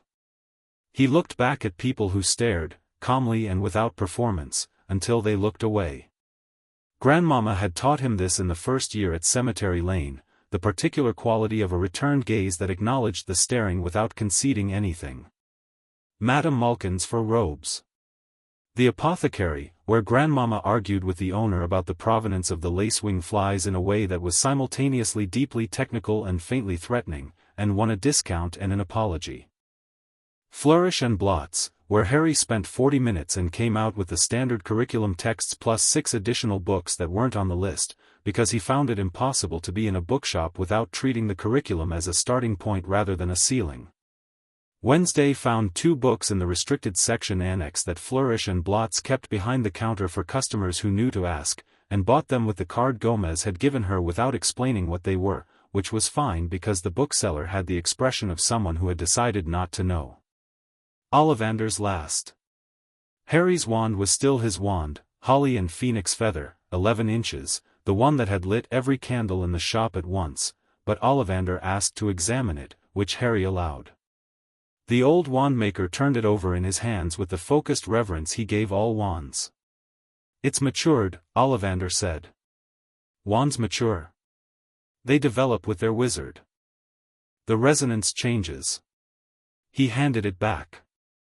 "Yours has become," he tilted his head, "very sure of itself. Like its owner. Is that good?" "It's powerful," Ollivander said. "Which has a wider range of implications than good or bad." He looked at Harry over his worktable. "You're starting at Hogwarts." "Yes. I've sold wands to every student in your year. I always know things about a year from the wands." He looked at the wand in Harry's hand. "Your year is going to be interesting." "I suspect so. I mean structurally interesting. Something is going to happen at that school this year." He tapped his worktable. "I can feel it in the cores. They're all agitated." Harry looked at his wand. He thought about the Philosopher's Stone. Mortimer's contacts had mentioned it in passing, the information filtering through the network of sources the Addams family had been quietly cultivating for 5 years. Something being protected at Hogwarts. Something Voldemort wanted. "I expect you're right," Harry said. Grandmama, examining a display of wand care products with the expression of someone grading them against an internal rubric, said, without turning around, "Something is at the school. It's been there since last summer. I could feel it from Cemetery Lane." Ollivander looked at her. "Powerful old magic," she said. "Object magic. Someone is protecting something that doesn't want to be there." She picked up a bottle of wand oil and examined the label. "This is substandard. Do you have the 1847 formula?" Ollivander, who had been in the wand-making business long enough to know when to pursue a topic and when to let it pass, went to get the 1847 formula. September 1st arrived with the particular quality of mornings that know they're significant. Harry was up before anyone else, which was unusual enough that Grandmama, coming down for her early morning ritual, found him already in the kitchen and looked at him with her assessment eyes and said, "Nervous?" "Information," he said. She sat down across from him. "What are you worried about specifically?" He thought about it. "The sorting. Not where I end up. I've read the history, I know the house system, I have opinions about it. But the sorting itself. It's the first moment where I'm in front of everyone at Hogwarts and they're all looking at the story and I have to be myself, in the middle of all that looking. You've been doing that since the custody hearing. In a courtroom where Gomez was next to me. He looked at his tea. This is different. At Hogwarts I'll be there without, he stopped. Without us, Grandmama said. Yes. She was quiet for a moment. You have been us for 5 years, she said. Everything we've taught you, everything you've learned, everything you are, that comes with you. You don't leave us at the platform. You take us in. She tapped her own chest. Here. He looked at her. She was not given to the kind of expansive warmth that Gomez deployed or the deep, encompassing steadiness of Morticia. Her version of it was this, precise, direct, the truth stated without embellishment, the way she taught him magic. Say what the thing is. Trust the person to understand it. He nodded. Good, she said, and got up to start the kettle. By 8 the house was in full motion, Pugsley eating with one hand and packing something into a bag with the other, Fester producing from somewhere a going-away gift that turned out to be a small book of chess openings he'd annotated himself, the margins dense with Fester's handwriting and what appeared to be dried coffee stains and one singed corner whose origin he declined to explain. Lurch had brought the trunk down at some point and loaded it into the hearse with the efficiency of someone who had decided this was his personal contribution to the day's significance. Wednesday had given Harry her copies of the 2 restricted section books from Flourish and Blots without ceremony, just set them on top of his trunk that morning with a note that said, "Read the second one first. Don't tell Dumbledore you have it." The note was signed with a small, precise drawing of a skull, which was Wednesday's version of a heart. Morticia found him in the hallway at 9, dressed and ready with his trunk, and she looked at him for a long moment with those dark eyes. "Well," she said. "Well," he said. She reached out and adjusted his collar, not because it needed adjusting, but because it was a thing she did, a small act of care, and she held his face briefly in both hands the way she'd done on the first morning he'd come downstairs on his own and gotten lost in the house, when she'd found him in the hallway looking at a portrait and she'd taken his face in her hands and said, "Good morning," and the simplicity of it had winded him then. "You are going to be extraordinary," she said. "Not because of the scar. Because of you." He held on to that and carried it all the way to King's Cross. The platform was chaos in the specific organized way of mass departures, trunks and owls and families in varying states of composure, the Hogwarts Express red and absolute against the platform's gray, steam rising in slow columns. Harry stepped through the barrier with his trunk and looked at it and felt the specific quality of something that was exactly what he'd expected and still managed to exceed the expectation. Behind him, the Addams family came through. All of them. Gomez in his finest pinstripes, impeccable. Morticia beside him. Grandmama, who had dressed for the occasion in something dark and elaborate that may have been from the 1800s and that she wore with complete assurance. Fester, in his usual state, which was itself an unapologetic. Wednesday with her notebook. Pugsley with his catapult, which he'd been told to keep in his pocket, a direction he was visibly interpreting liberally. Lurch, who filled the doorway of the barrier entrance in a way that doorways rarely expected. And Thing, in Gomez's breast pocket, 5 fingers extended in a gesture that managed to convey both farewell and encouragement. They drew immediate attention, because they always drew immediate attention, because they were the Addams family and attention was simply a feature of their environment. The platform reorganized itself slightly around their presence, parents moving imperceptibly aside, children staring with the frank curiosity of people who hadn't learned to pretend they weren't. The Weasleys were there. Molly spotted them immediately and came over with the purposeful warmth of someone who had been corresponding with Morticia for 4 years and had moved from cautious respect to genuine fondness through the intermediary of several very long letters and one memorable Sunday dinner at Cemetery Lane that she had described to Arthur afterward as the most extraordinary meal I have ever sat through, and I say that as a compliment. "Harry," she said, and hugged him with the specific Weasley hug that had initially alarmed him and that he had, over repeated exposures, come to appreciate. The twins materialized on either side of him immediately after. They were tall now, both of them, and the 4 years since Diagon Alley had developed the identical quality of their faces into something more particular. Fred was slightly broader, George slightly quicker, but the expression they both wore when they looked at Harry was unchanged. "The man himself," Fred said. "In the flesh," George agreed. "We were hoping you'd be on this train." "You knew I was going to Hogwarts this year," Harry said. "We knew. We hoped the letter would make it real." Fred grinned. "We've been preparing for your arrival." "Preparing how?" "Small improvements to the castle's entertainment value," George said. "Modest contributions to the environment." "We've left you some discoveries," Fred added. "Think of them as welcome gifts." "Please don't blow up anything important," Harry said. "Define important," they said, in unison. He laughed and moved down the platform with the twins falling in on either side in the natural way of people who have decided someone is theirs, and behind him he could hear Gomez and Arthur Weasley engaged in what sounded like an increasingly enthusiastic conversation about something that had made Molly Weasley start using her warning voice. Ron Weasley was at the edge of the platform looking at Harry with the specific expression of a younger sibling watching an older sibling's friends, wanting in but uncertain of the protocol.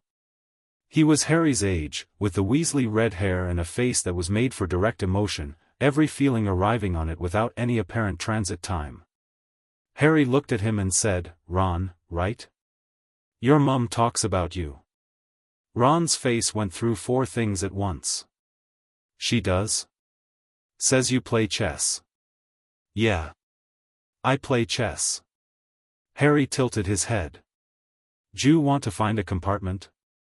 Ron's face settled into something that was specifically and completely yes, and they went. The compartment they found was near the back of the train, which Harry preferred on instinct.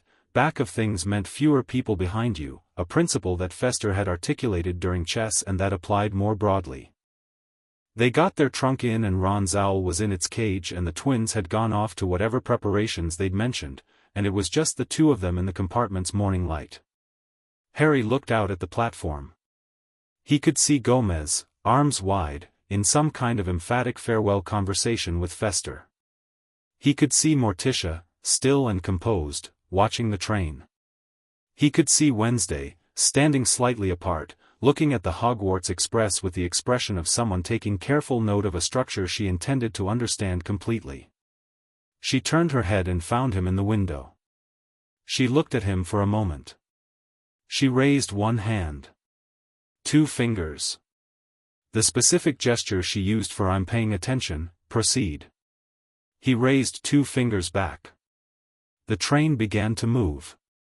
Ron was watching him look at his family. "That's really the Addams family," he said. He didn't say it with the wariness some kids had, or the forced casualness of others. He said it with the frank acknowledgement of someone stating a genuine fact. "Yes," Harry said. "My dad met your dad at the platform," Ron said. "They're still talking. My dad's going to talk about that for months. Gomez has that effect." "What's it like?" Ron asked. "Living with, my family's," he gestured, searching for the word. "Warm," Harry supplied. "Yeah. Warm. And yours is, also warm," Harry said. "Different kind of warm. Like, when you go into a room and there's a fire in it? Some fires are friendly and bright. Some fires are, more dramatic. But both of them are warm." He looked at Ron. "It's the safest place I've ever been." Ron thought about this. The twins said Wednesday Addams did something to a Hogwarts student who tried to bully you at the ministry hearing 5 years ago. They said she didn't leave a mark. "She doesn't generally," Harry said. "She's precise." "Is she scary?" "Tremendously," Harry said, without hesitation. "Also she's the best friend I have, aside from you, potentially, depending on how the chess goes." Ron's face did the thing where every feeling arrived simultaneously. He grinned. set up the board. They were somewhere over the Midlands when the compartment door opened and Harry found out what the chess comment had started. It was Draco Malfoy, which Harry knew from the descriptions in the Prophet. The Malfoy case had been adjacent to the custody hearing in several ways, and Mortimer had done his homework. Blonde, pointed, wearing dress robes that were better quality than anyone else on this train, flanked by two larger boys who had the specific quality of people who'd been selected for their size rather than any other attribute. He looked at Harry with the expression of someone who had prepared something and was about to deliver it. "Harry Potter," he said. "Draco Malfoy," Harry said, in exactly the same tone. That stopped the prepared something briefly. Malfoy recalibrated. "You know who I am. I know most people I'm likely to encounter at Hogwarts. I did my research." Harry looked at him with the calm, assessing attention of someone who was gathering data and hadn't reached a conclusion yet. "Come in if you're coming in. It's your choice." Malfoy came in. He looked at Ron with immediate disdain, the automatic, inherited disdain of blood prejudice, a thing Harry recognized and found specifically tedious. "Weasley," he said. "Malfoy," Ron said, flatly. Malfoy looked back at Harry. "I wanted to, your situation. The custody case." "My father said." "What did your father say?" A pause. Malfoy was clearly weighing versions. "He said Dumbledore was wrong to keep you from your wizarding heritage. He said the Addams situation was," another pause, "unconventional." "Unconventional," Harry repeated. They're not a wizarding family. Not traditionally." "They're my family," Harry said. The tone was even, completely without heat, and somehow that made it more final than anger would have.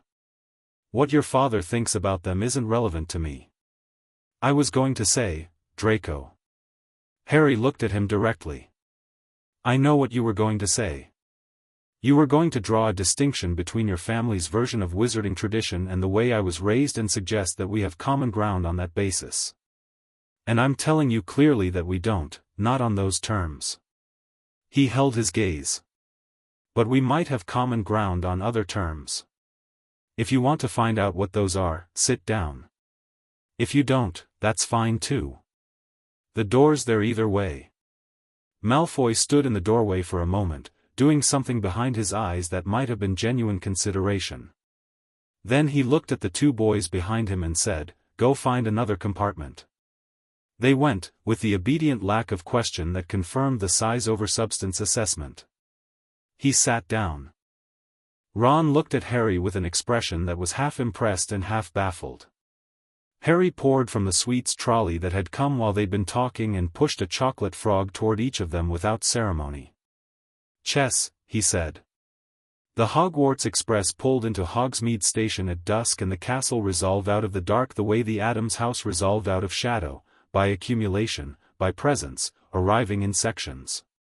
Harry stood in the boat with Ron and Draco, who had reached something over 3 chess games that wasn't friendship yet but was the beginning of mutual respect, which was more than most managed in a first meeting, and he looked at Hogwarts coming toward him across the lake.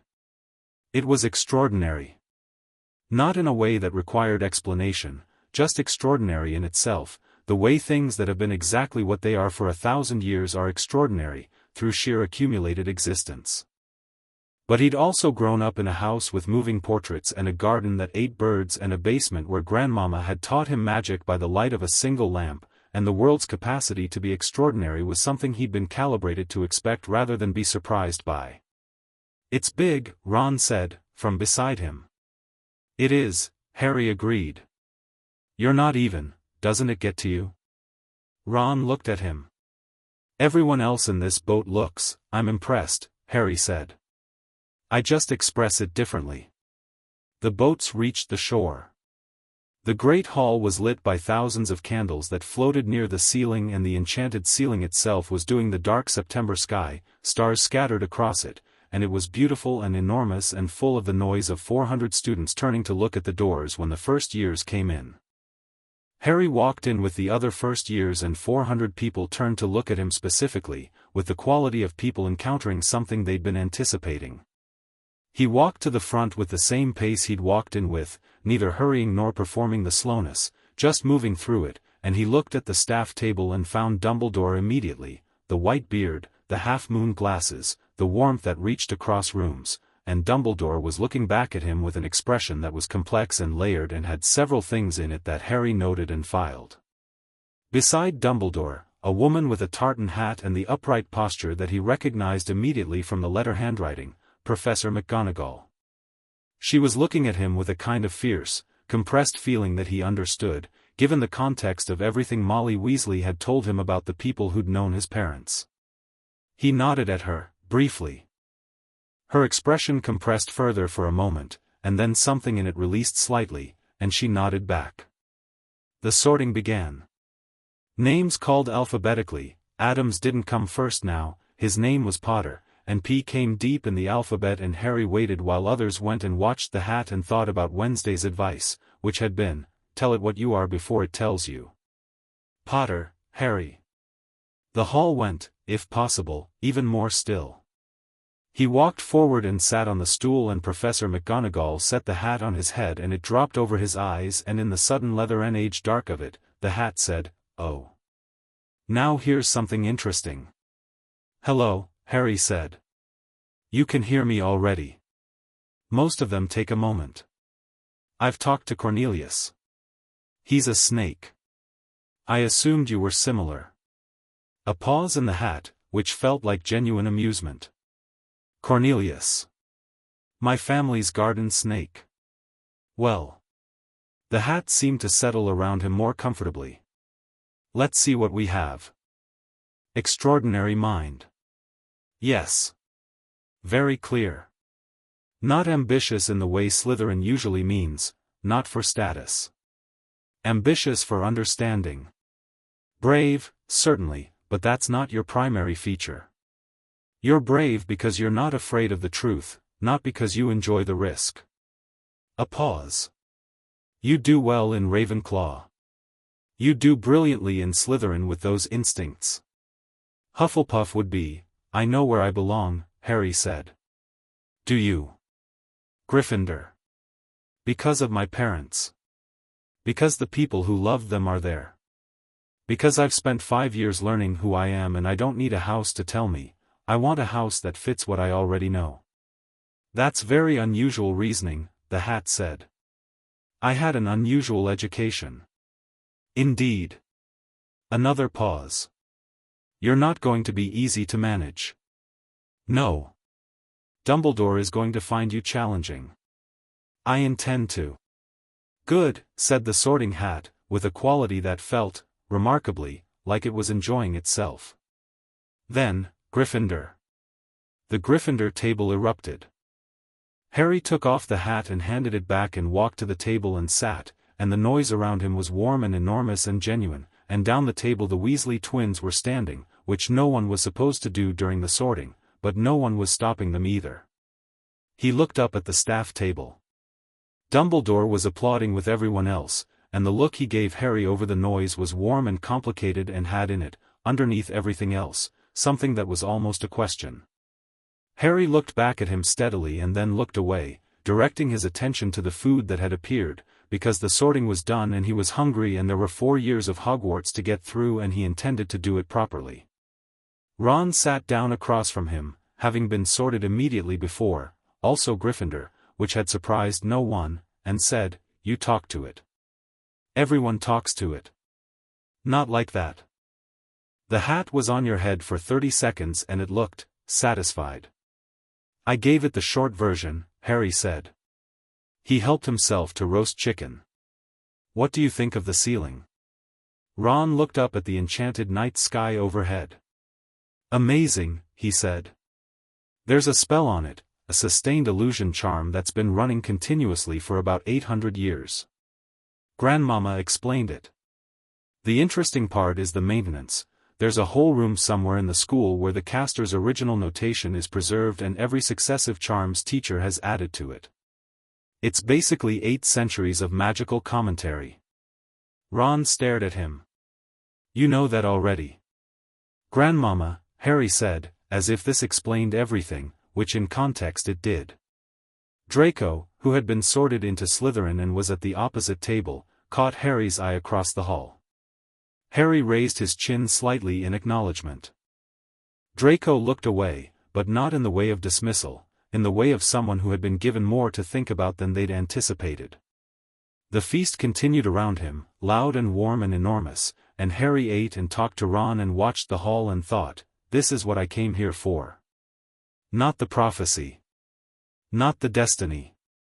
This, the room and the people and the magic and the fact of it."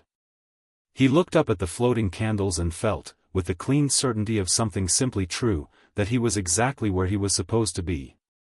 Later, in the dormitory, when the others had gone to sleep, Harry sat on his bed with the curtains open looking at the darkness of the Gryffindor Tower window and thinking about the day in the full and careful way Grandmama had taught him to end days, going through it, organizing it, keeping what was useful.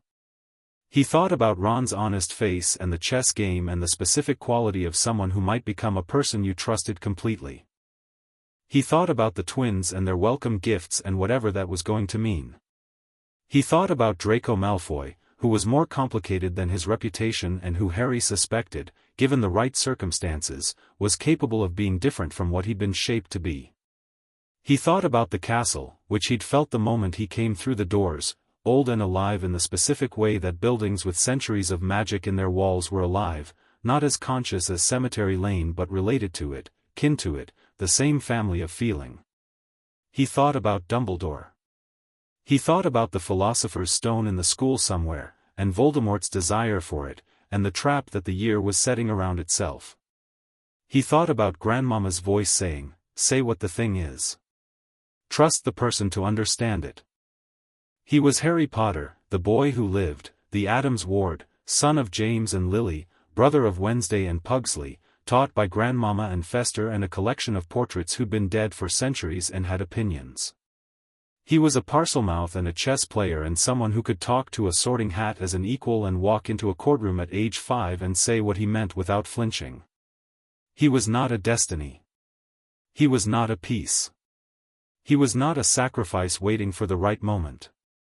He was going to find the Philosopher's Stone before Voldemort did, and he was going to do it his way, and Dumbledore was going to have to decide whether to help or get out of the way. He lay back and looked at the ceiling of Gryffindor Tower and thought, Cemetery Lane was the safest place. This is the most interesting place. He could work with interesting. He fell asleep with the specific ease of someone who has done a hard thing and done it well, and in the morning the window showed him a Scottish September sky and the lake far below, and somewhere in the castle the first moves of the year were already in motion. He was ready. Chapter 6, The Greater Good is Not Good Enough. The trap had been visible since October. Harry had spotted it the way Fester had taught him to spot patterns in chess, not by focusing on the obvious pieces but by watching what wasn't moving when it should be. The third-floor corridor that was out of bounds and dangerous was too specific a prohibition. Dumbledore had announced it at the feast with the particular quality of a man flagging something he wanted curious children to find, which was either a teaching moment or a mechanism in a larger plan, and with Dumbledore those two things tended to overlap in uncomfortable ways. He'd been mapping the castle since the second week of term. Not obviously, he wasn't interested in being caught and having the map confiscated, which the twins had confirmed was a risk worth planning around, but the way Grandmama had taught him to map spaces, through systematic casual observation, movement patterns, which corridors the teachers walked at which hours. By November he knew Hogwarts better than most sixth years, and he knew the third-floor corridor specifically, which meant he knew about the trapdoor, and the dog, and the fact that someone had been making regular maintenance checks on whatever was below it since before term started. He also knew, from the crawling, directional sense that had been sharpening since Grandmama removed the soul fragment, that whatever was below the trapdoor was magical in the specific, weighted way of very old and very powerful objects. The kind of weight that pulled at the surrounding atmosphere the way a planet pulled at smaller bodies. The Philosopher's Stone. He was almost certain by December. He'd told Ron in November, sitting in an empty classroom with a chess board between them as social camouflage, laying it out the way Mortimer laid out legal arguments, factual progression, supporting evidence, conclusion. Ron had listened with his whole face engaged and had said, when Harry finished, "So Voldemort is coming for it this year. Someone is coming for it. Voldemort is the most likely candidate given the context. And Dumbledore knows. Dumbledore set the trap," Harry said. "The stone is the bait. The question is what he's hoping to catch." Ron thought about this. He's hoping I catch it," Harry said. "Or rather, he's hoping the stone and the threat of Voldemort getting it will bring me into direct contact with Voldemort in circumstances Dumbledore has controlled and prepared. It's elegant, actually. He can claim it was the students acting independently. He gets the confrontation he wants without being responsible for engineering it." Ron looked at the chess board for a long moment. "What are you going to do?" "I'm going to be several steps ahead of him," Harry said. He'd written to Cemetery Lane in November, not about the stone specifically, because he wasn't certain yet, but about the general shape of what he was observing. Gomez had written back within 2 days with the focused attention of a man who had been waiting for exactly this kind of intelligence and was pleased to receive it. The letter had said, "We are watching from here. Mortimer is monitoring the ministry. Tell us when you need us. Wednesday sends a book." The book had arrived with the next owl, a thin volume on ancient protective enchantments that Wednesday had found in her restricted section reading and that turned out to contain a chapter on blood wards and their limitations that was precisely relevant. He'd told Hermione in December. This had required more calculation. Hermione Granger had arrived at Hogwarts like a pressure system, dense and forceful and self-contained, with the specific quality of someone who had spent years being the smartest person in every muggle room she'd been in and had come to Hogwarts expecting more of the same and had found, instead, an environment where her intelligence was table stakes rather than exceptional. She'd been adjusting to this for 3 months with the fierce, slightly exhausting energy of someone recalibrating without wanting to admit they were doing it. Harry had liked her since the second week of term, when she'd answered a question in Transfiguration that Professor McGonagall had asked rhetorically, and the answer had been both technically correct and 3 steps further along than the rhetorical question intended, and Harry had thought, "She's doing what I do. She's using the curriculum as a starting point." He'd told her in the library, where she was most comfortable, on a December afternoon with the castle cold outside the windows and the library warm and close. He told her the same way he'd told Ron, laid it out, didn't soften it, trusted her to keep up. She kept up. She was silent for a moment after he finished, her hands flat on the table, her eyes doing the rapid interior work of someone cross-referencing what she'd just heard against everything she knew. "The mirror of Erist is in the equation somewhere," she said. "I read about it in magical artifacts of the medieval period. There's a theory that certain mirrors can be used as containers for objects too magically volatile to store conventionally. The stone is hidden inside it," Harry said. "Probably. It's the most elegant solution, something that only shows you what you want means it would only reveal the stone to someone who didn't want to use it." Hermione looked at him. "How long have you known about the mirror?" "Since November.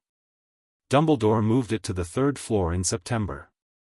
The ambient magic signature changed." She stared at him. "You can feel ambient magic signatures. Grandmama taught me. It takes practice." He paused.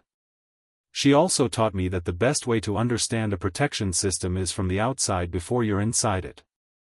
"And the dog? And what's below it?" "Chess.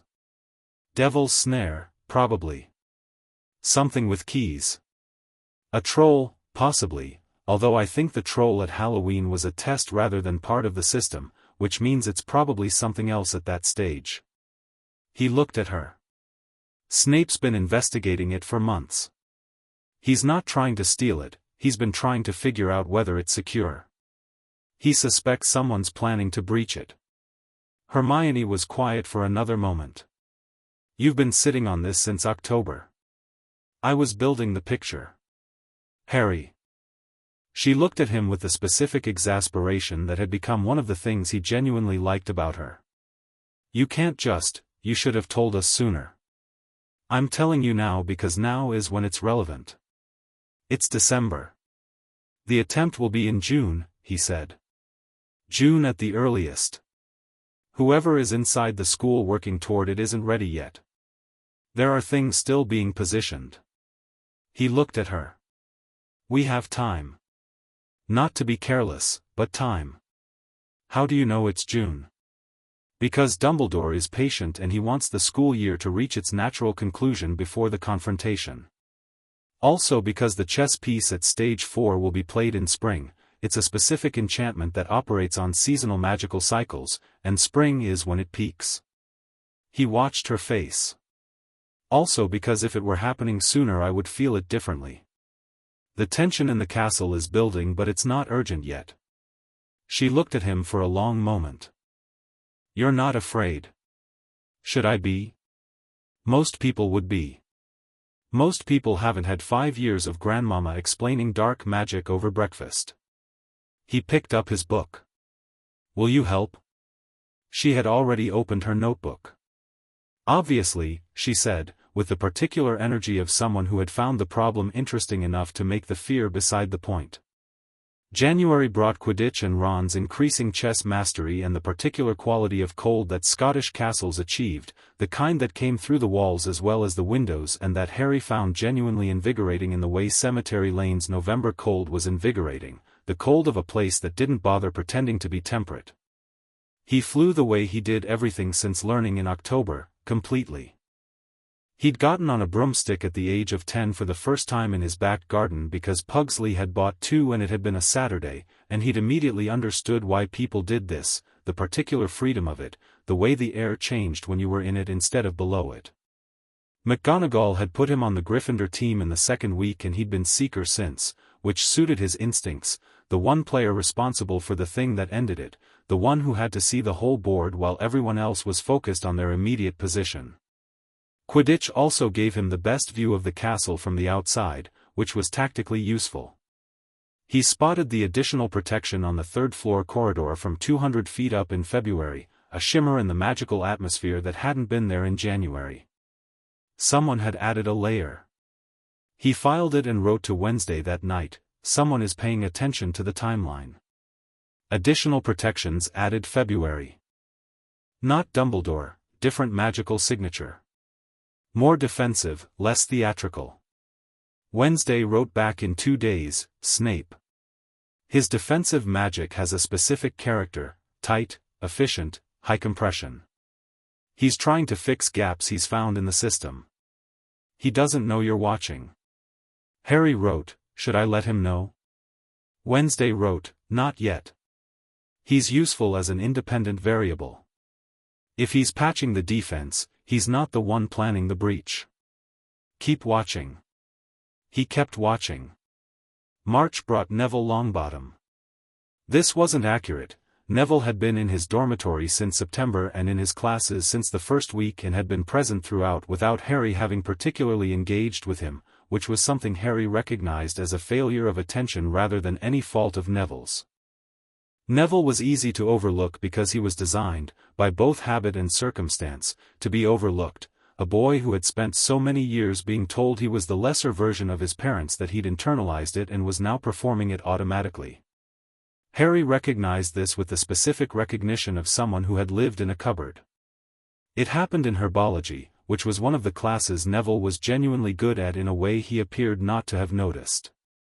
He'd been managing a particularly difficult mandrake repotting while talking himself down, a running quiet commentary of self-deprecation that was clearly automatic, clearly habitual, the kind of thing you said to get there first before someone else did, and Harry had listened to it for 20 minutes and then said, "You're better at this than anyone else in the greenhouse." Neville had looked up with the specific surprise of someone being told a thing they didn't have a category for. "The mandrakes," Harry continued. "You've been telling them it's okay. That makes them cooperative. Professor Sprout does the same thing. None of the rest of us thought to."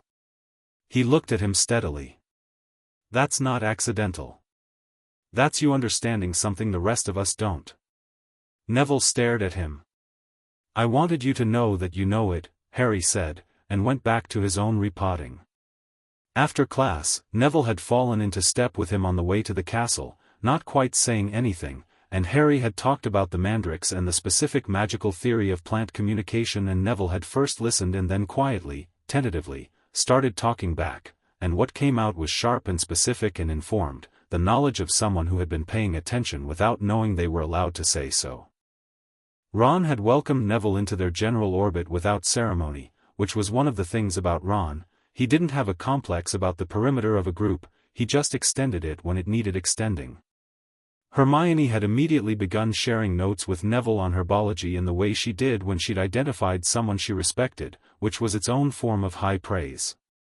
By April Neville was simply there, the way the others were simply there, and the group of them moved through Hogwarts with the specific quality of people who had found each other and were figuring out what that meant. April also brought Quirrell. Harry had been watching Quirrell since October. The turban, the stutter, the specific quality of the defense against the dark arts classes which were informative in the gaps, the things Quirrell didn't teach were as revealing as the things he did. He wouldn't discuss Voldemort. He skated over certain sections of the curriculum with the energy of someone avoiding a topic because they had personal reasons rather than pedagogical ones. The signature Harry felt from him was wrong in a way he hadn't been able to name until February, when Grandmama sent a follow-up letter prompted by something she'd felt from Cemetery Lane, the same directional sense Harry had, calibrated by decades more experience. Her letter had said, "The dark presence I mentioned in autumn. It's at the school. It's not an object. It's attached to a person." Harry had written back, "Quirrell." Grandmama had written, "Yes. Not possession, parasitic attachment. Something is riding him. Feeding on him. He doesn't have long." He'd told Ron and Hermione in March and Neville in April, laying it out the way he had everything else, and they'd received it the way they received everything now, seriously, attentively, with their own contributions to the picture. "He's terrified," Hermione said. "In class. Not of us, of something else. He looks at the ceiling sometimes like he's checking whether something's there. He never looks at the back of his own head," Neville said, and then looked slightly startled that he'd said it. Everyone looked at him. "He always faces front," Neville said. "In the corridor, in class. He never turns his back on anyone. But it's not us he's worried about, it's more like," he paused, working it out, "like he's protecting the front of himself. Not the sides or back."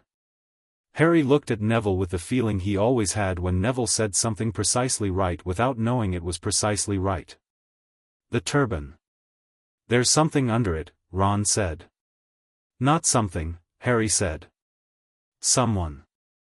May arrived and the castle's atmosphere shifted in the way Harry had been waiting for, not a dramatic shift, not anything that would register on less attuned senses, but the quality of the year moving toward its conclusion and the trap preparing to spring. He wrote to Gomez in the first week. The letter was longer than usual.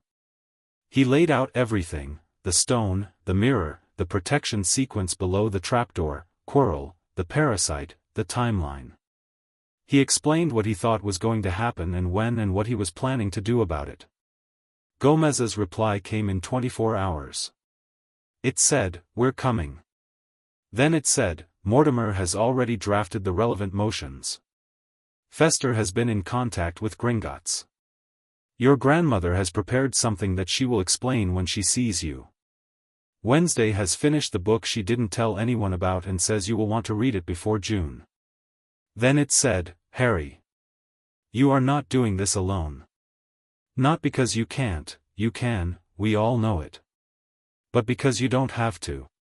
That's the difference. You have a family who will stand behind you when you walk into whatever this is." Then it said, "Also, tell your friends' parents.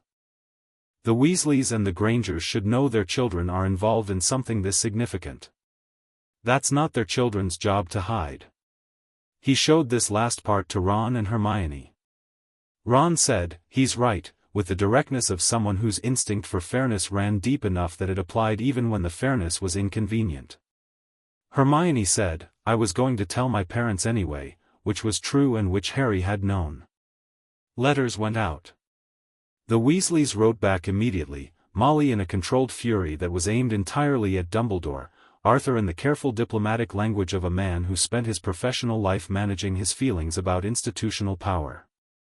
The Grangers, who were Muggles and were receiving their first real intelligence about what the wizarding world actually involved, wrote back in the specific tone of people who had decided that being told the truth was better than not being told it and who were going to be dealing with the implications for a while. The first week of June, Professor Quirrell disappeared.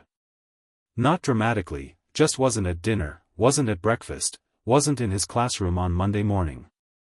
By Tuesday there was a substitute covering defense, and by Wednesday the castle was vibrating with the specific energy of 400 students all having the same conversation about what had happened. Harry knew what had happened. He'd felt it on Sunday night, a shift in the castle's magical atmosphere, a movement toward the third floor, the specific directional pull of something that had been building for months finally releasing in a single direction. He'd sat up in his dormitory bed at 2 in the morning with the certainty of it and had thought, tonight. He'd thought, not yet. And then he'd thought about Fester's chess lesson, the bishop, the sacrifice, the move that looks like a mistake but changes the board, and he'd understood that Quirrell going for the stone on Sunday night was the move that showed Harry where the board actually was. Voldemort had sent his host to test the defenses. Not to retrieve the stone, not yet. To map the path. He'd written it down in full detail on Monday morning and sent it to Cemetery Lane. He'd also walked to the third floor on Monday afternoon, checked the trapdoor, confirmed that the sequence below had been disturbed and partially reset, and found something that neither Dumbledore nor Quirrell had expected to be relevant, a secondary passage, narrow and old, that ran parallel to the main protection sequence and converged at the final chamber. Wednesday had found it in the book she refused to tell anyone about. There are always two ways into a space built by multiple enchanters, she had written to him in the accompanying letter. The redundant passage was built by the chess enchanter as an escape route for themselves. It opens from the chess side. Which meant Harry could reach the mirror without going through the chess room. He'd confirmed this on Monday afternoon, standing in the secondary passage with a Lumos and the cold, specific satisfaction of someone who has found the thing they were looking for, and he'd thought, I'm not going through the chess room. Someone else is going to sacrifice themselves for king in that room and it's not going to be any of us. He'd been planning since February for the possibility that the final confrontation would be his. What he hadn't been planning, until Monday afternoon in the secondary passage, was the specific shape of how to make it his on his own terms rather than Dumbledore's. He went on Friday night. He told Ron and Hermione and Neville at dinner. Not asked, told, which was a distinction that mattered, because the decision was his and he wasn't going to let it become theirs through the back door of consultation. I'm going tonight, he said. Quirrell goes back to finish what he started this weekend. If I go tonight I'm ahead of him. We're coming, Ron said. You don't have to. We're coming, Hermione said, with the finality of someone who had decided before Harry spoke. I'm coming, Neville said, and then looked slightly surprised again and then looked settled, the way he'd been looking more often since March. Harry looked at all three of them. He thought about what Gomez had written, you have a family who will stand behind you. He thought about what that meant, the specific meaning of it, that it wasn't weakness to have people with you. It was the opposite. Okay, he said. Here's how we're doing it. He laid out the secondary passage. He explained the protection sequence in full and what each stage required and who was best suited to each. He gave Hermione the potion stage, she'd studied them since November and could navigate them analytically. He gave Ron a choice at the chess room and Ron said, I'm not playing king, and Harry said, good. You're not going to need to. The passage bypasses the chess room entirely. He gave Neville the devil's snare and Neville's expression shifted into the focused readiness of someone who had been waiting for a problem they were equipped to solve. I'll handle the last chamber, Harry said. Quirrell and whatever is riding him. I'm going in alone, not because I'm being heroic, but because the mirror's enchantment will show whoever desires the stone their reflection using it, which means only I can retrieve it safely. And what's writing Quirrell can't touch me. Why not? Hermione asked. Because my mother died protecting me. The same protection that anchored to Privet Drive, it's still active. Just not bound to a place anymore. It's in me.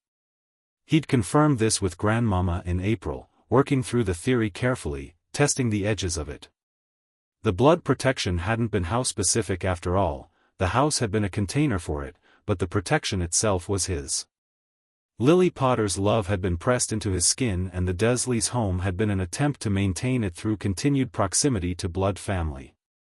It had worked, imperfectly, leaking and incomplete. Without the soul fragment interfering with it, it had become something cleaner, more purely itself. Something that would burn at contact. He'd written to Grandmama, "Does this mean what I think it means?" She'd written back, "Yes. Don't be reckless about it." But yes. What do we do about Dumbledore? Hermione asked. It was the question he'd been expecting. He already knows we know, Harry said. He's been waiting to see whether I act independently or ask him for help. We're going to do neither. We're going to handle it and tell him afterward. He paused. Someone needs to be on the outside. Someone needs to be the person who Dumbledore can't claim wasn't watching. He reached into his bag and produced an envelope. This goes to Gomez tonight. Lurch will be at the gates, I asked in the letter I sent Monday. He doesn't come in unless I haven't come back by morning. He looked at Ron. You're staying outside. Harry, you're the outside piece, Harry said. It's not a lesser job. If I don't come back, you're the one who knows everything and can tell it. You're the one who gets this to Gomez and makes sure none of it gets buried. He held Ron's gaze. It's the most important position. Ron looked at him for a moment with the honest face that never managed to hide what it felt. You're coming back, he said. Yes, Harry said. But you're still the most important position. Ron took the envelope. They went at midnight. The secondary passage was cold and close and smelled of the castle's deep stone, the mineral cold of underground. Hermione had her wand and her notes. Neville had his herbology knowledge and the specific quality he'd been developing since March of someone who had realized they were more capable than they'd been told. Harry had his wand and Grandmama's voice in his head and the warm, solid knowledge of Cemetery Lane behind him. The Devil's Snare went smoothly. Neville talked to it, the same instinct he'd shown with the mandrakes, the understanding that magical plants responded to acknowledgement, and it retreated with an almost indignant rustle, pulling back from the light Hermione produced and pulling back further still from Neville's specific quality of attention, as if it recognized someone who knew what it was. The secondary passage bypassed the chess room entirely. Harry pressed his hand to the wall at the junction point and felt the enchantment, old magic, tight and specific, the same mathematical precision Wednesday had identified as the chess enchanter's signature, and found the opening, and they went through. The key room was the one that gave them trouble. Not the flying keys, Harry was on a broom and had the seeker's instinct, but the room itself, which had been recently disturbed. Quirrell had been through here Sunday night and the keys had been disrupted from their original enchanted pattern, the injured key missing, the lock already turned. The door was open. Harry looked at the open door for a moment and then looked at Hermione. He already came through, she said. No, Harry said. He came through to test. He reset it and left. He looked at the door. This is deliberate. He left it open because he's planning to come back and he doesn't want to have to fight the keys again. He stepped through. He's coming tonight too. Hermione came through after him. Neville stopped at the junction. This is where I stay, Neville said. Yes. If someone comes through, don't engage. Slow them down. Get back through the passage and get to Ron. Harry looked at him. Neville. You're not less important than the last chamber. The last chamber only matters if everything before it holds. Neville nodded with the steady attention he'd been developing, not quite confidence yet, but the beginning of it, the root system of it going in. Harry and Hermione went on. The potions room was elegant. 7 bottles, a logic puzzle, the specific kind of enchantment that was elegant rather than powerful. One of the things Harry had noted about the protection sequence in aggregate was that it had been designed for different things. Some stages were pure power. Some were skill-based. Some were intelligence-based. Dumbledore had asked the people he trusted to contribute what they were best at. This one had been Snape, Harry was nearly certain. It had the same tight, efficient character Wednesday had identified. Hermione solved it in 4 minutes. She was not being slow about it. Forward, she said, and back. She handed him one of the bottles. The small one sends you forward. The round one sends you back. Which one is which? She looked at him with the specific exasperation she reserved for questions she considered insufficiently serious. I just told you. You told me what they do, not which one is which. The small one. She pointed. He took it. You can go back, he said. The round bottle. Take it. Get back to Neville and Ron.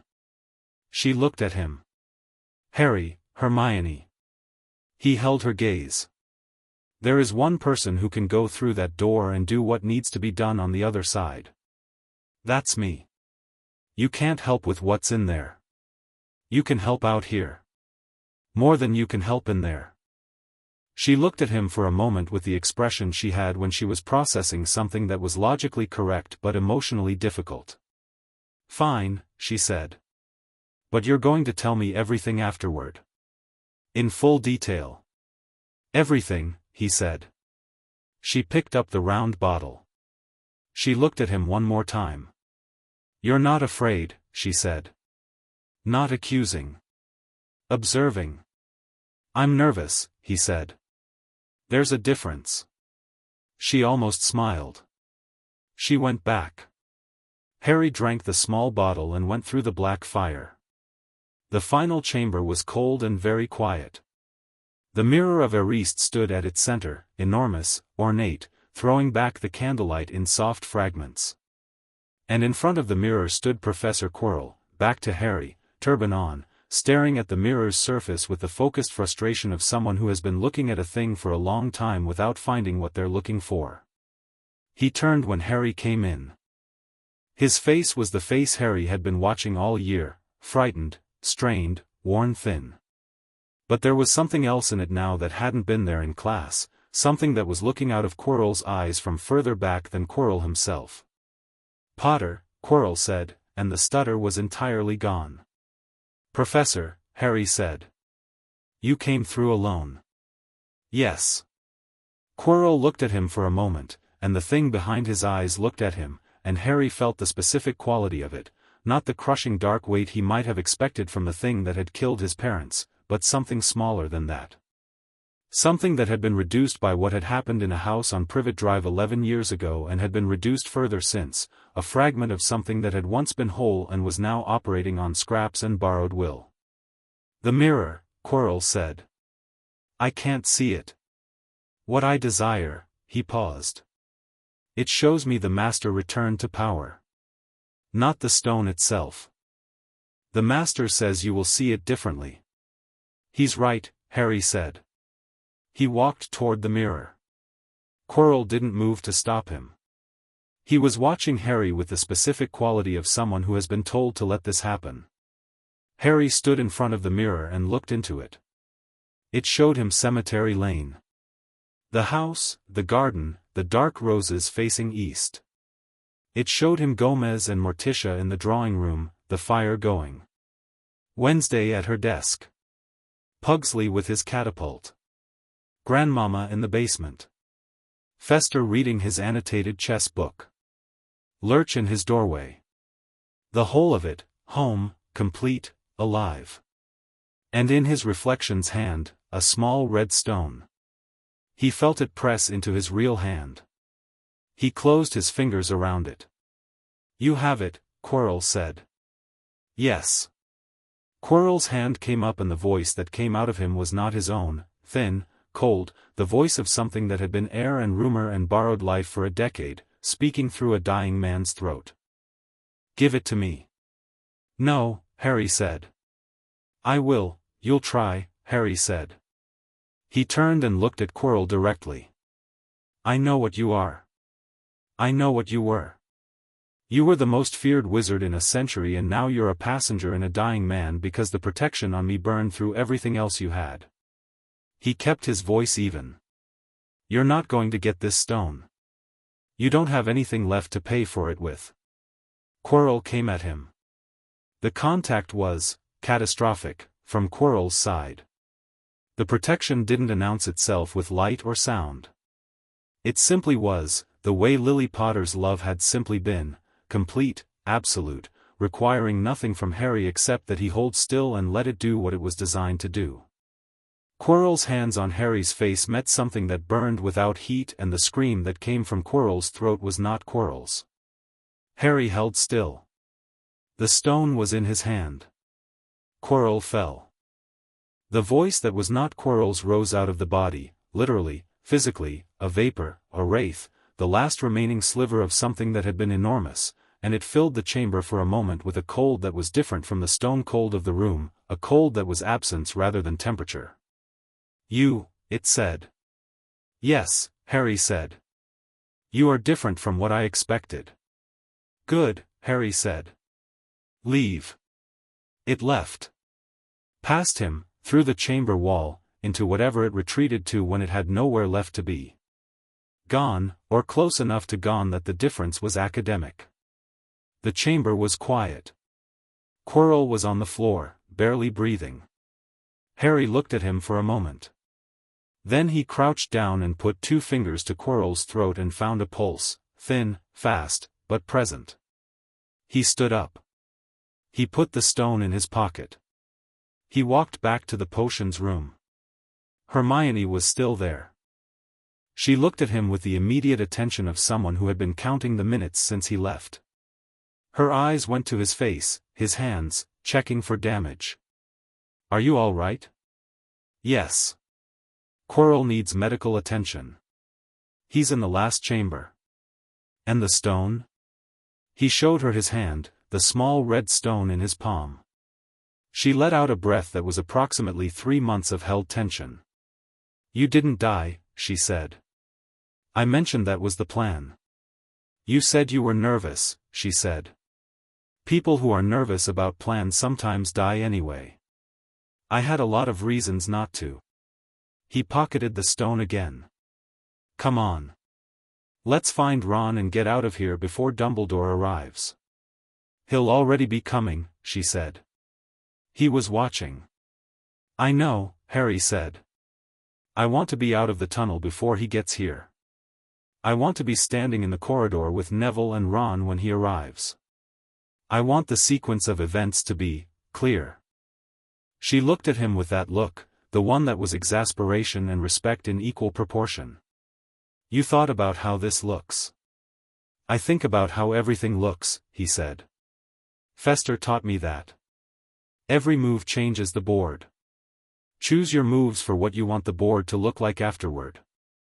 They went back through the potions door and through the secondary passage and out into the corridor where Neville was standing watchful and Ron was standing at the far end with the envelope still in his hand and Lurch was visible at the end of the corridor in the specific way Lurch was visible, filling the space he occupied completely.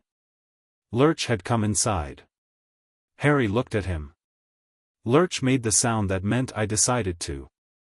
"Good," Harry said. "And then, tell Gomez we're done." Dumbledore arrived 11 minutes later. He came at speed, which meant he'd been close, which meant he'd been watching from a position that allowed for rapid response. He came through the main corridor staircase, not the third-floor entrance, which Harry noted because it suggested he'd been waiting somewhere between the tower and the third floor rather than outside the trapdoor itself. He stopped when he saw them. Harry, Hermione, Neville, Ron. Lurch, behind them all. And Harry, holding the stone. Dumbledore looked at the stone in Harry's extended hand and then at Harry's face, and the expression he wore was complicated. More complicated than the courtroom had been. It had in it the thing that made Dumbledore difficult, the genuine love alongside the calculated assessment, running simultaneously and impossible to separate. "Harry," he said. "Professor." Harry kept his hand extended with the stone in it. "Quirrell needs medical attention. He's in the last chamber, past the potions door. Whatever was riding him has left. I don't think there's anything riding Quirrell now." He paused. He was a victim as much as anything else. He should be treated as one. Dumbledore looked at the stone for a moment. Then he looked at Harry. "May I ask how?" "The mirror," Harry said. "As you designed it. I wanted it for a good reason, and the mirror understood the difference." He looked at Dumbledore steadily. "I'd like to give the stone to the Flammels. It's theirs. I've spoken with Gringotts and they've agreed to facilitate the transfer without ministry involvement." "Harry, Dumbledore." His voice was even, entirely without heat. "I am not going to give the stone to the ministry. I'm not going to give it to you. I'm giving it to the people it belongs to and asking them to decide what to do with it." He held the headmaster's gaze. "That's what's happening." Dumbledore looked at him for a long, quiet moment. He looked at the boy who had been 5 years old and sleeping in a cupboard, who was now standing in a Hogwarts corridor with a philosopher's stone and 4 friends and a butler behind him, who had walked into the last chamber alone and walked back out, who was looking at Albus Dumbledore with warm, clear eyes and absolutely no inclination to defer. "You were never going to be what I planned," Dumbledore said, quietly. "Not bitter. Something more like wonder." "No," Harry said. "But I might be better." Dumbledore looked at him for another moment. Then, with the dignity of a very great man who had just learned something he should have known years ago, he nodded. "Yes," he said, quietly. "I think you might." Gomez arrived at the hospital wing at 1 in the morning. He came through the flue in Dumbledore's office with the permission Dumbledore had, after 40 minutes of conversation with Harry and a cup of tea with Dumbledore that Harry had insisted on as a first step towards something that wasn't war, quietly authorized. He came in his usual suit and with his usual quality of absolute composure in any space he entered. He stood in the doorway of the hospital wing and looked at Harry, sitting up in the bed Madame Pomfrey had installed him in for overnight observation despite Harry's objection that he felt completely fine. Harry looked back at him. Gomez crossed the room and sat in the chair beside the bed and said nothing for a moment, which was itself a form of communication, the sitting beside, the choosing of the chair, the quality of his being there that said everything the words would have taken longer to say. "Well," he said. "Done," Harry said. "The stone?" "Gringotts has it. It goes to Flammel in the morning." "Quirrell?" "St. Mungo's. He'll survive. Whatever was riding him is gone." Harry paused. "Voldemort isn't gone. He's less than he was. But he's not gone." "No," Gomez said. "He's not. We've known that. He'll come back. With a body, eventually. With more than a voice and borrowed will." Harry looked at his hands. When he does, we deal with it," Gomez said. "Like we deal with everything. Together, with full information, on our terms. Not Dumbledore's terms. Not Dumbledore's terms." He looked at Harry. "I spoke with him before I came down here." "How was it?" "Interesting." Gomez tilted his head. "He's adjusting. It's visible, the adjustment. He's a man who's been operating from a single map for 20 years and the map has stopped matching the territory." He paused. "He's not a bad man, Harry." "I know," Harry said. "I said that in the courtroom. It's still true. But he's going to keep trying to find the version of you that serves the plan." "Yes," Harry said. And every year I'm going to be more evidently not that version. He looked at Gomez. I'm not worried about it. Gomez looked at him, looked at his son, who had gone into the last chamber of a protection sequence alone at 11 years old and come back out with the thing he went in for, and the specific quality of someone who had gone into something afraid and come out knowing they weren't anymore. I know you're not, Gomez said. Is everyone at the station? 1st of September, I mean, is everyone going to come back for the return? Every single one. Including Thing. Harry smiled. Good. He lay back and Gomez stayed in the chair, and the hospital wing was quiet around them, and somewhere in the castle the year was folding itself toward its conclusion, and through the windows the Scottish night was deep and still. Gomez, Harry said. Yes? The first morning. At the Dursleys. You knocked on the door at 4 in the morning. He looked at the ceiling. What made you knock? What made you, he paused, finding the words, commit to it? Before you even knew anything about me. You could have looked in the window and gone home and filed a ministry report. Gomez was quiet for a moment. Your magic, he said. Not the binding, yours. Underneath the binding. Even through the stone and the door and 4 years of suppression, it was, he stopped, and in the dim light of the hospital wing his face had the quality of someone describing something they haven't quite found the language for. It was warm, he said.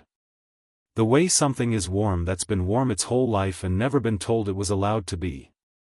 I knocked because whatever was in that house deserved to be somewhere it could be warm out loud.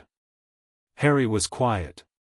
And then you opened the cupboard and there was a 5-year-old boy asking if we were going to take him away, Gomez said, and the look on your face when we said yes. He stopped. He was, very briefly, not composed, and then he was again, and it was that brief moment that Harry understood the way you understand things that are true before you have words for them. Thank you, Harry said. For knocking. Thank you, Gomez said, for opening the door. They stayed like that for a while, the father and the son, in the quiet of the hospital wing with the castle breathing around them and the lake outside the window reflecting a sky full of stars, and the year was over and the next one was already on its way, and none of it, not the stone, not Voldemort, not the prophecy, not the plan, none of it was larger than this. The two of them. The chair. The room. And at King's Cross, when the train pulled in on the 1st of September, the entire Addams family was there, every single one, exactly as promised.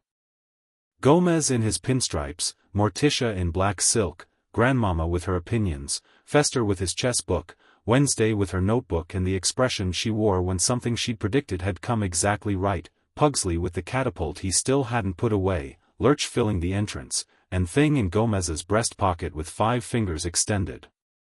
Harry stepped off the train, and they were there, and he walked into the middle of all of them, and the summer opened up ahead of him like a door into somewhere good. He had a family. He had a year behind him and 100 more in front, and not a single one of them belonged to anyone's plan but his own. And if that made things complicated for everyone else, well. He was an Addams. Complicated was the family business.